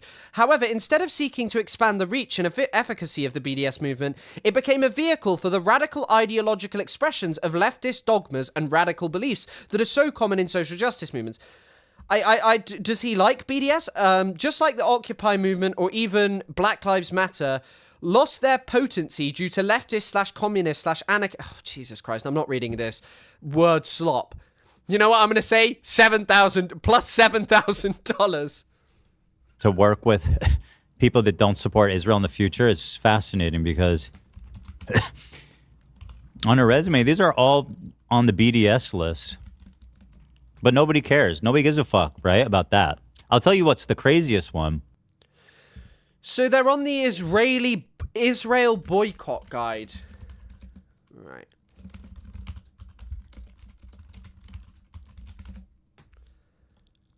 I can't even get on the Israel boycott guide.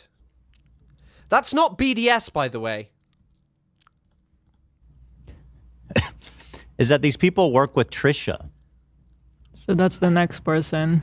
Okay, this is enough of that. This is enough of that. I don't care to listen to it. I like, realistically, I don't know who Trisha Paytas really is. Like, I'm not that deep in, H3 law, or I know who Trisha Paytas is. That's bullshit. But like, you know, Trisha Paytas, as I said, is not someone running the campaign. Also, where's John Cleese said that he's where's John Cleese said that he's BDS?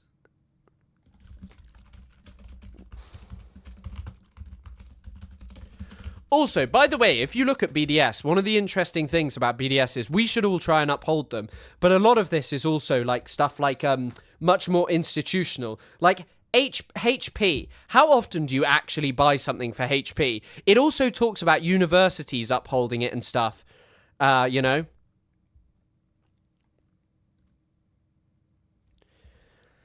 But yeah, I mean, I don't have any of these.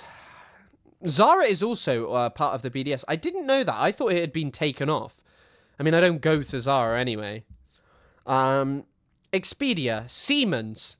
Siemens will never be on my BDS list, if you know what I'm saying. Microsoft, and Google, Amazon. To be fair, like, you know, I don't have an Intel processor at least, but this is the pressure targets. I'm still using Google and stuff. I'm not perfect at upholding this. I'm not. But I advocate for it. And I believe that where it most needs to come in is, like, the Exeter University, like, adopted BDS, right? The student union, the student guild,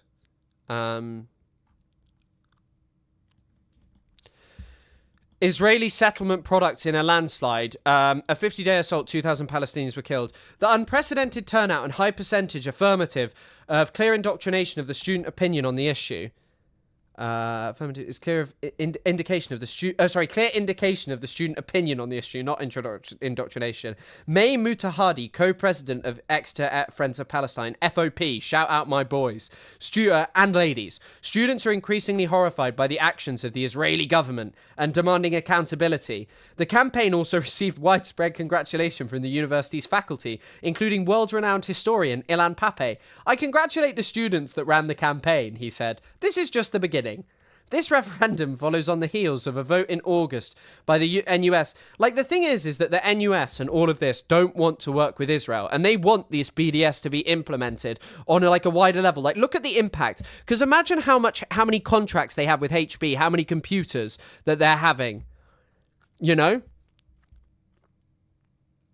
And I got a Dell laptop. Yeah, I mean, it's like this thing. I had a Puma wallet years before I ever really was interested in Palestine, and I used it for ages, but it's like, what can I really do in this situation, unfortunately? You shouldn't just throw it away for the sake of it, because that's wasteful. It's like a person in my family is vegan, and they had a a wallet for years, like a leather shoes that they bought before they became vegan, and it's like, yeah. So John Cleese has become BDS.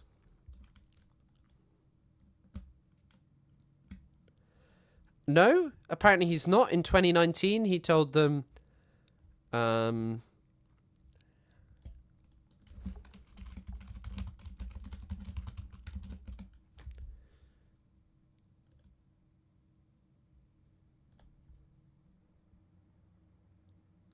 no, apparently it's about safety. John Cleese is an interesting guy. I don't know where this BDS thing... No, then NME is saying denies cancelling shows due to BDS pressure.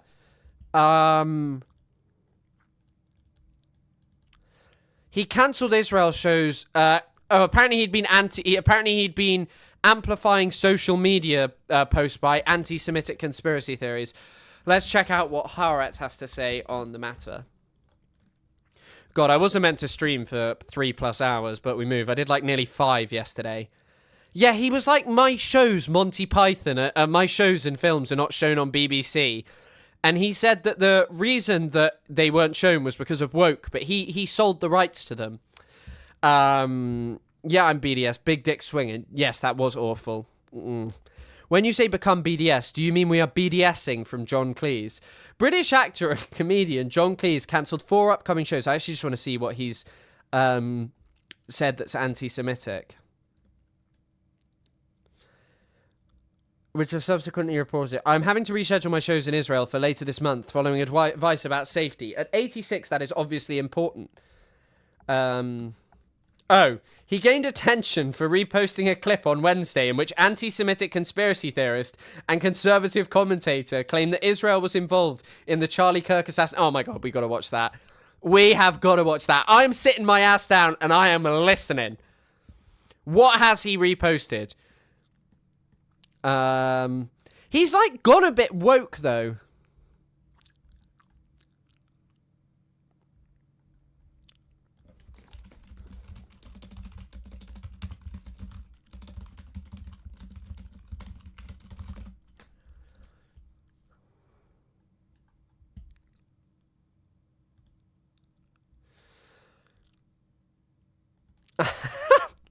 Candace Owen drops a bombshell, revealing that 12 Israeli-linked cell phones were detected at Utah Valley University on the day Charlie Kirk was taken out. She claims the phones were registered in Israel. According to the revelation, has shaken officials in Washington.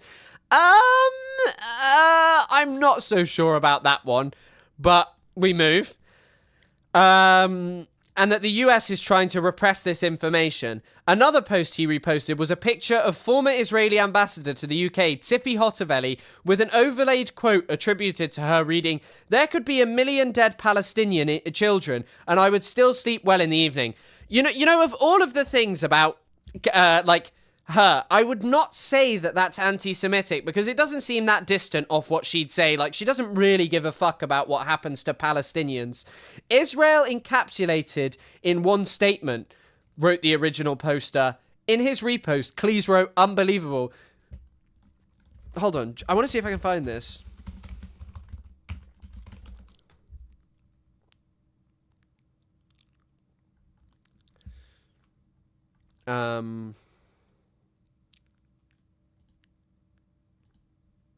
Hello. Whenever I'm asked to be interviewed on the BBC, even though it's supposed to be about the mating habits of ring-tailed lemurs, the first question will be, what about cancel culture? Because mentioning cancel culture is the best way of geeing people up, and that guarantees they won't switch channels. Same with the word woke. Most people have little idea what it really means, but despite that, they tend to have strong feelings about it. Very strong. Now, Frank Luntz, my resident pollster, will tell us what people do think it means. Right. I mean, I don't want to watch him discuss woke, but he has some very interesting beliefs around all of this. However, this was the incident I'm looking for. John Cleese mocked for asking why the BBC doesn't show Monty Python. You decided to give the rights to Netflix.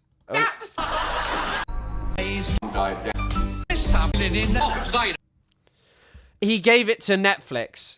You faded light bulb. I want to see if there's the clip of it because it's funny.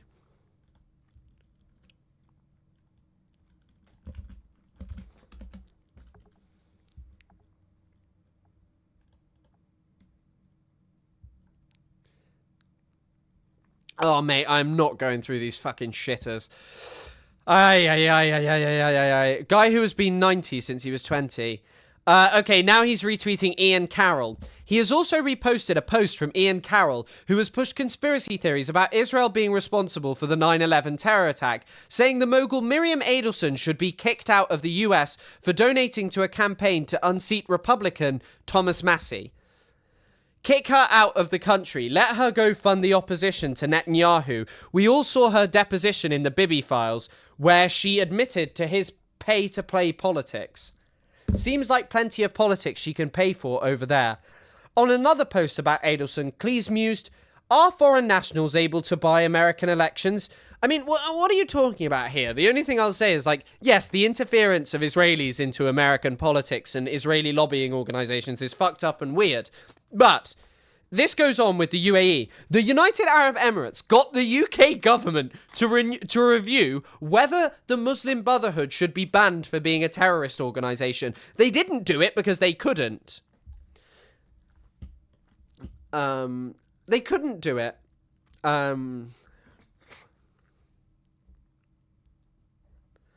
Israel are behind Boko Haram terror groups. The Islamic State one, there are links to, but I don't know. I've not heard much about Boko Haram. But he may have just been mistaken and thought he was talking about Boko Ratan, like poor Frank in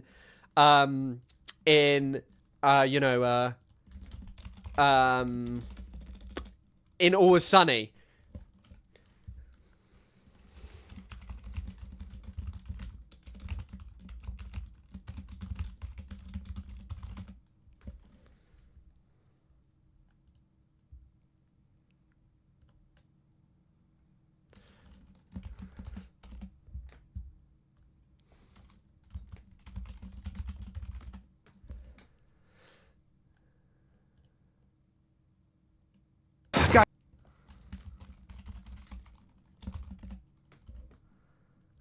I can't find it, but there's a bit where he goes, you gotta remember that Boko Haram did not do 9/11. That was Al-Qaeda, which is a quality line. I'll just double check that there's no more final Ethan mental breakdown posts. No. There's a Ethan Klein one about her.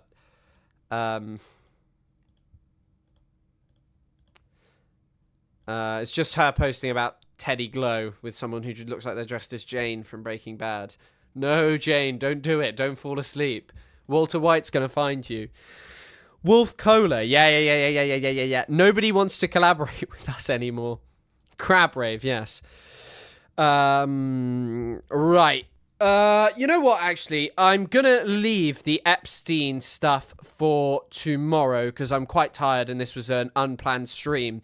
I'll just take it out the title. I'm sorry if any of you came for that. If you want it highlighted, I'll do it tomorrow. I'm quite tired, especially after like a long stream yesterday. Thank you all for coming. I may do a TikTok stream tomorrow, depending on what happens tomorrow. But yeah, I don't have time to cover the Epstein emails. But yeah, thank you all so much for coming. Thank you once again for everyone who donated, watched, became members. I greatly, deeply appreciate the fact that all of you watching make this possible to do.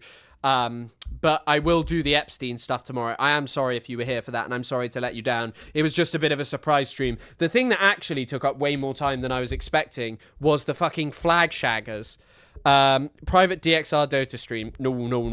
Oh, no. But yeah, I need to get off. There's some stuff I need to do. So thank you all for coming. If any of you are interested, the Discord's there. Come join. The thing that actually took up way more time than I was expecting was the fucking flag shaggers. Private DXR Dota stream. No. Oh, no. But yeah, I need to get off. There's some stuff I need to do. So thank you all for coming. If any of you are interested, the Discord's there.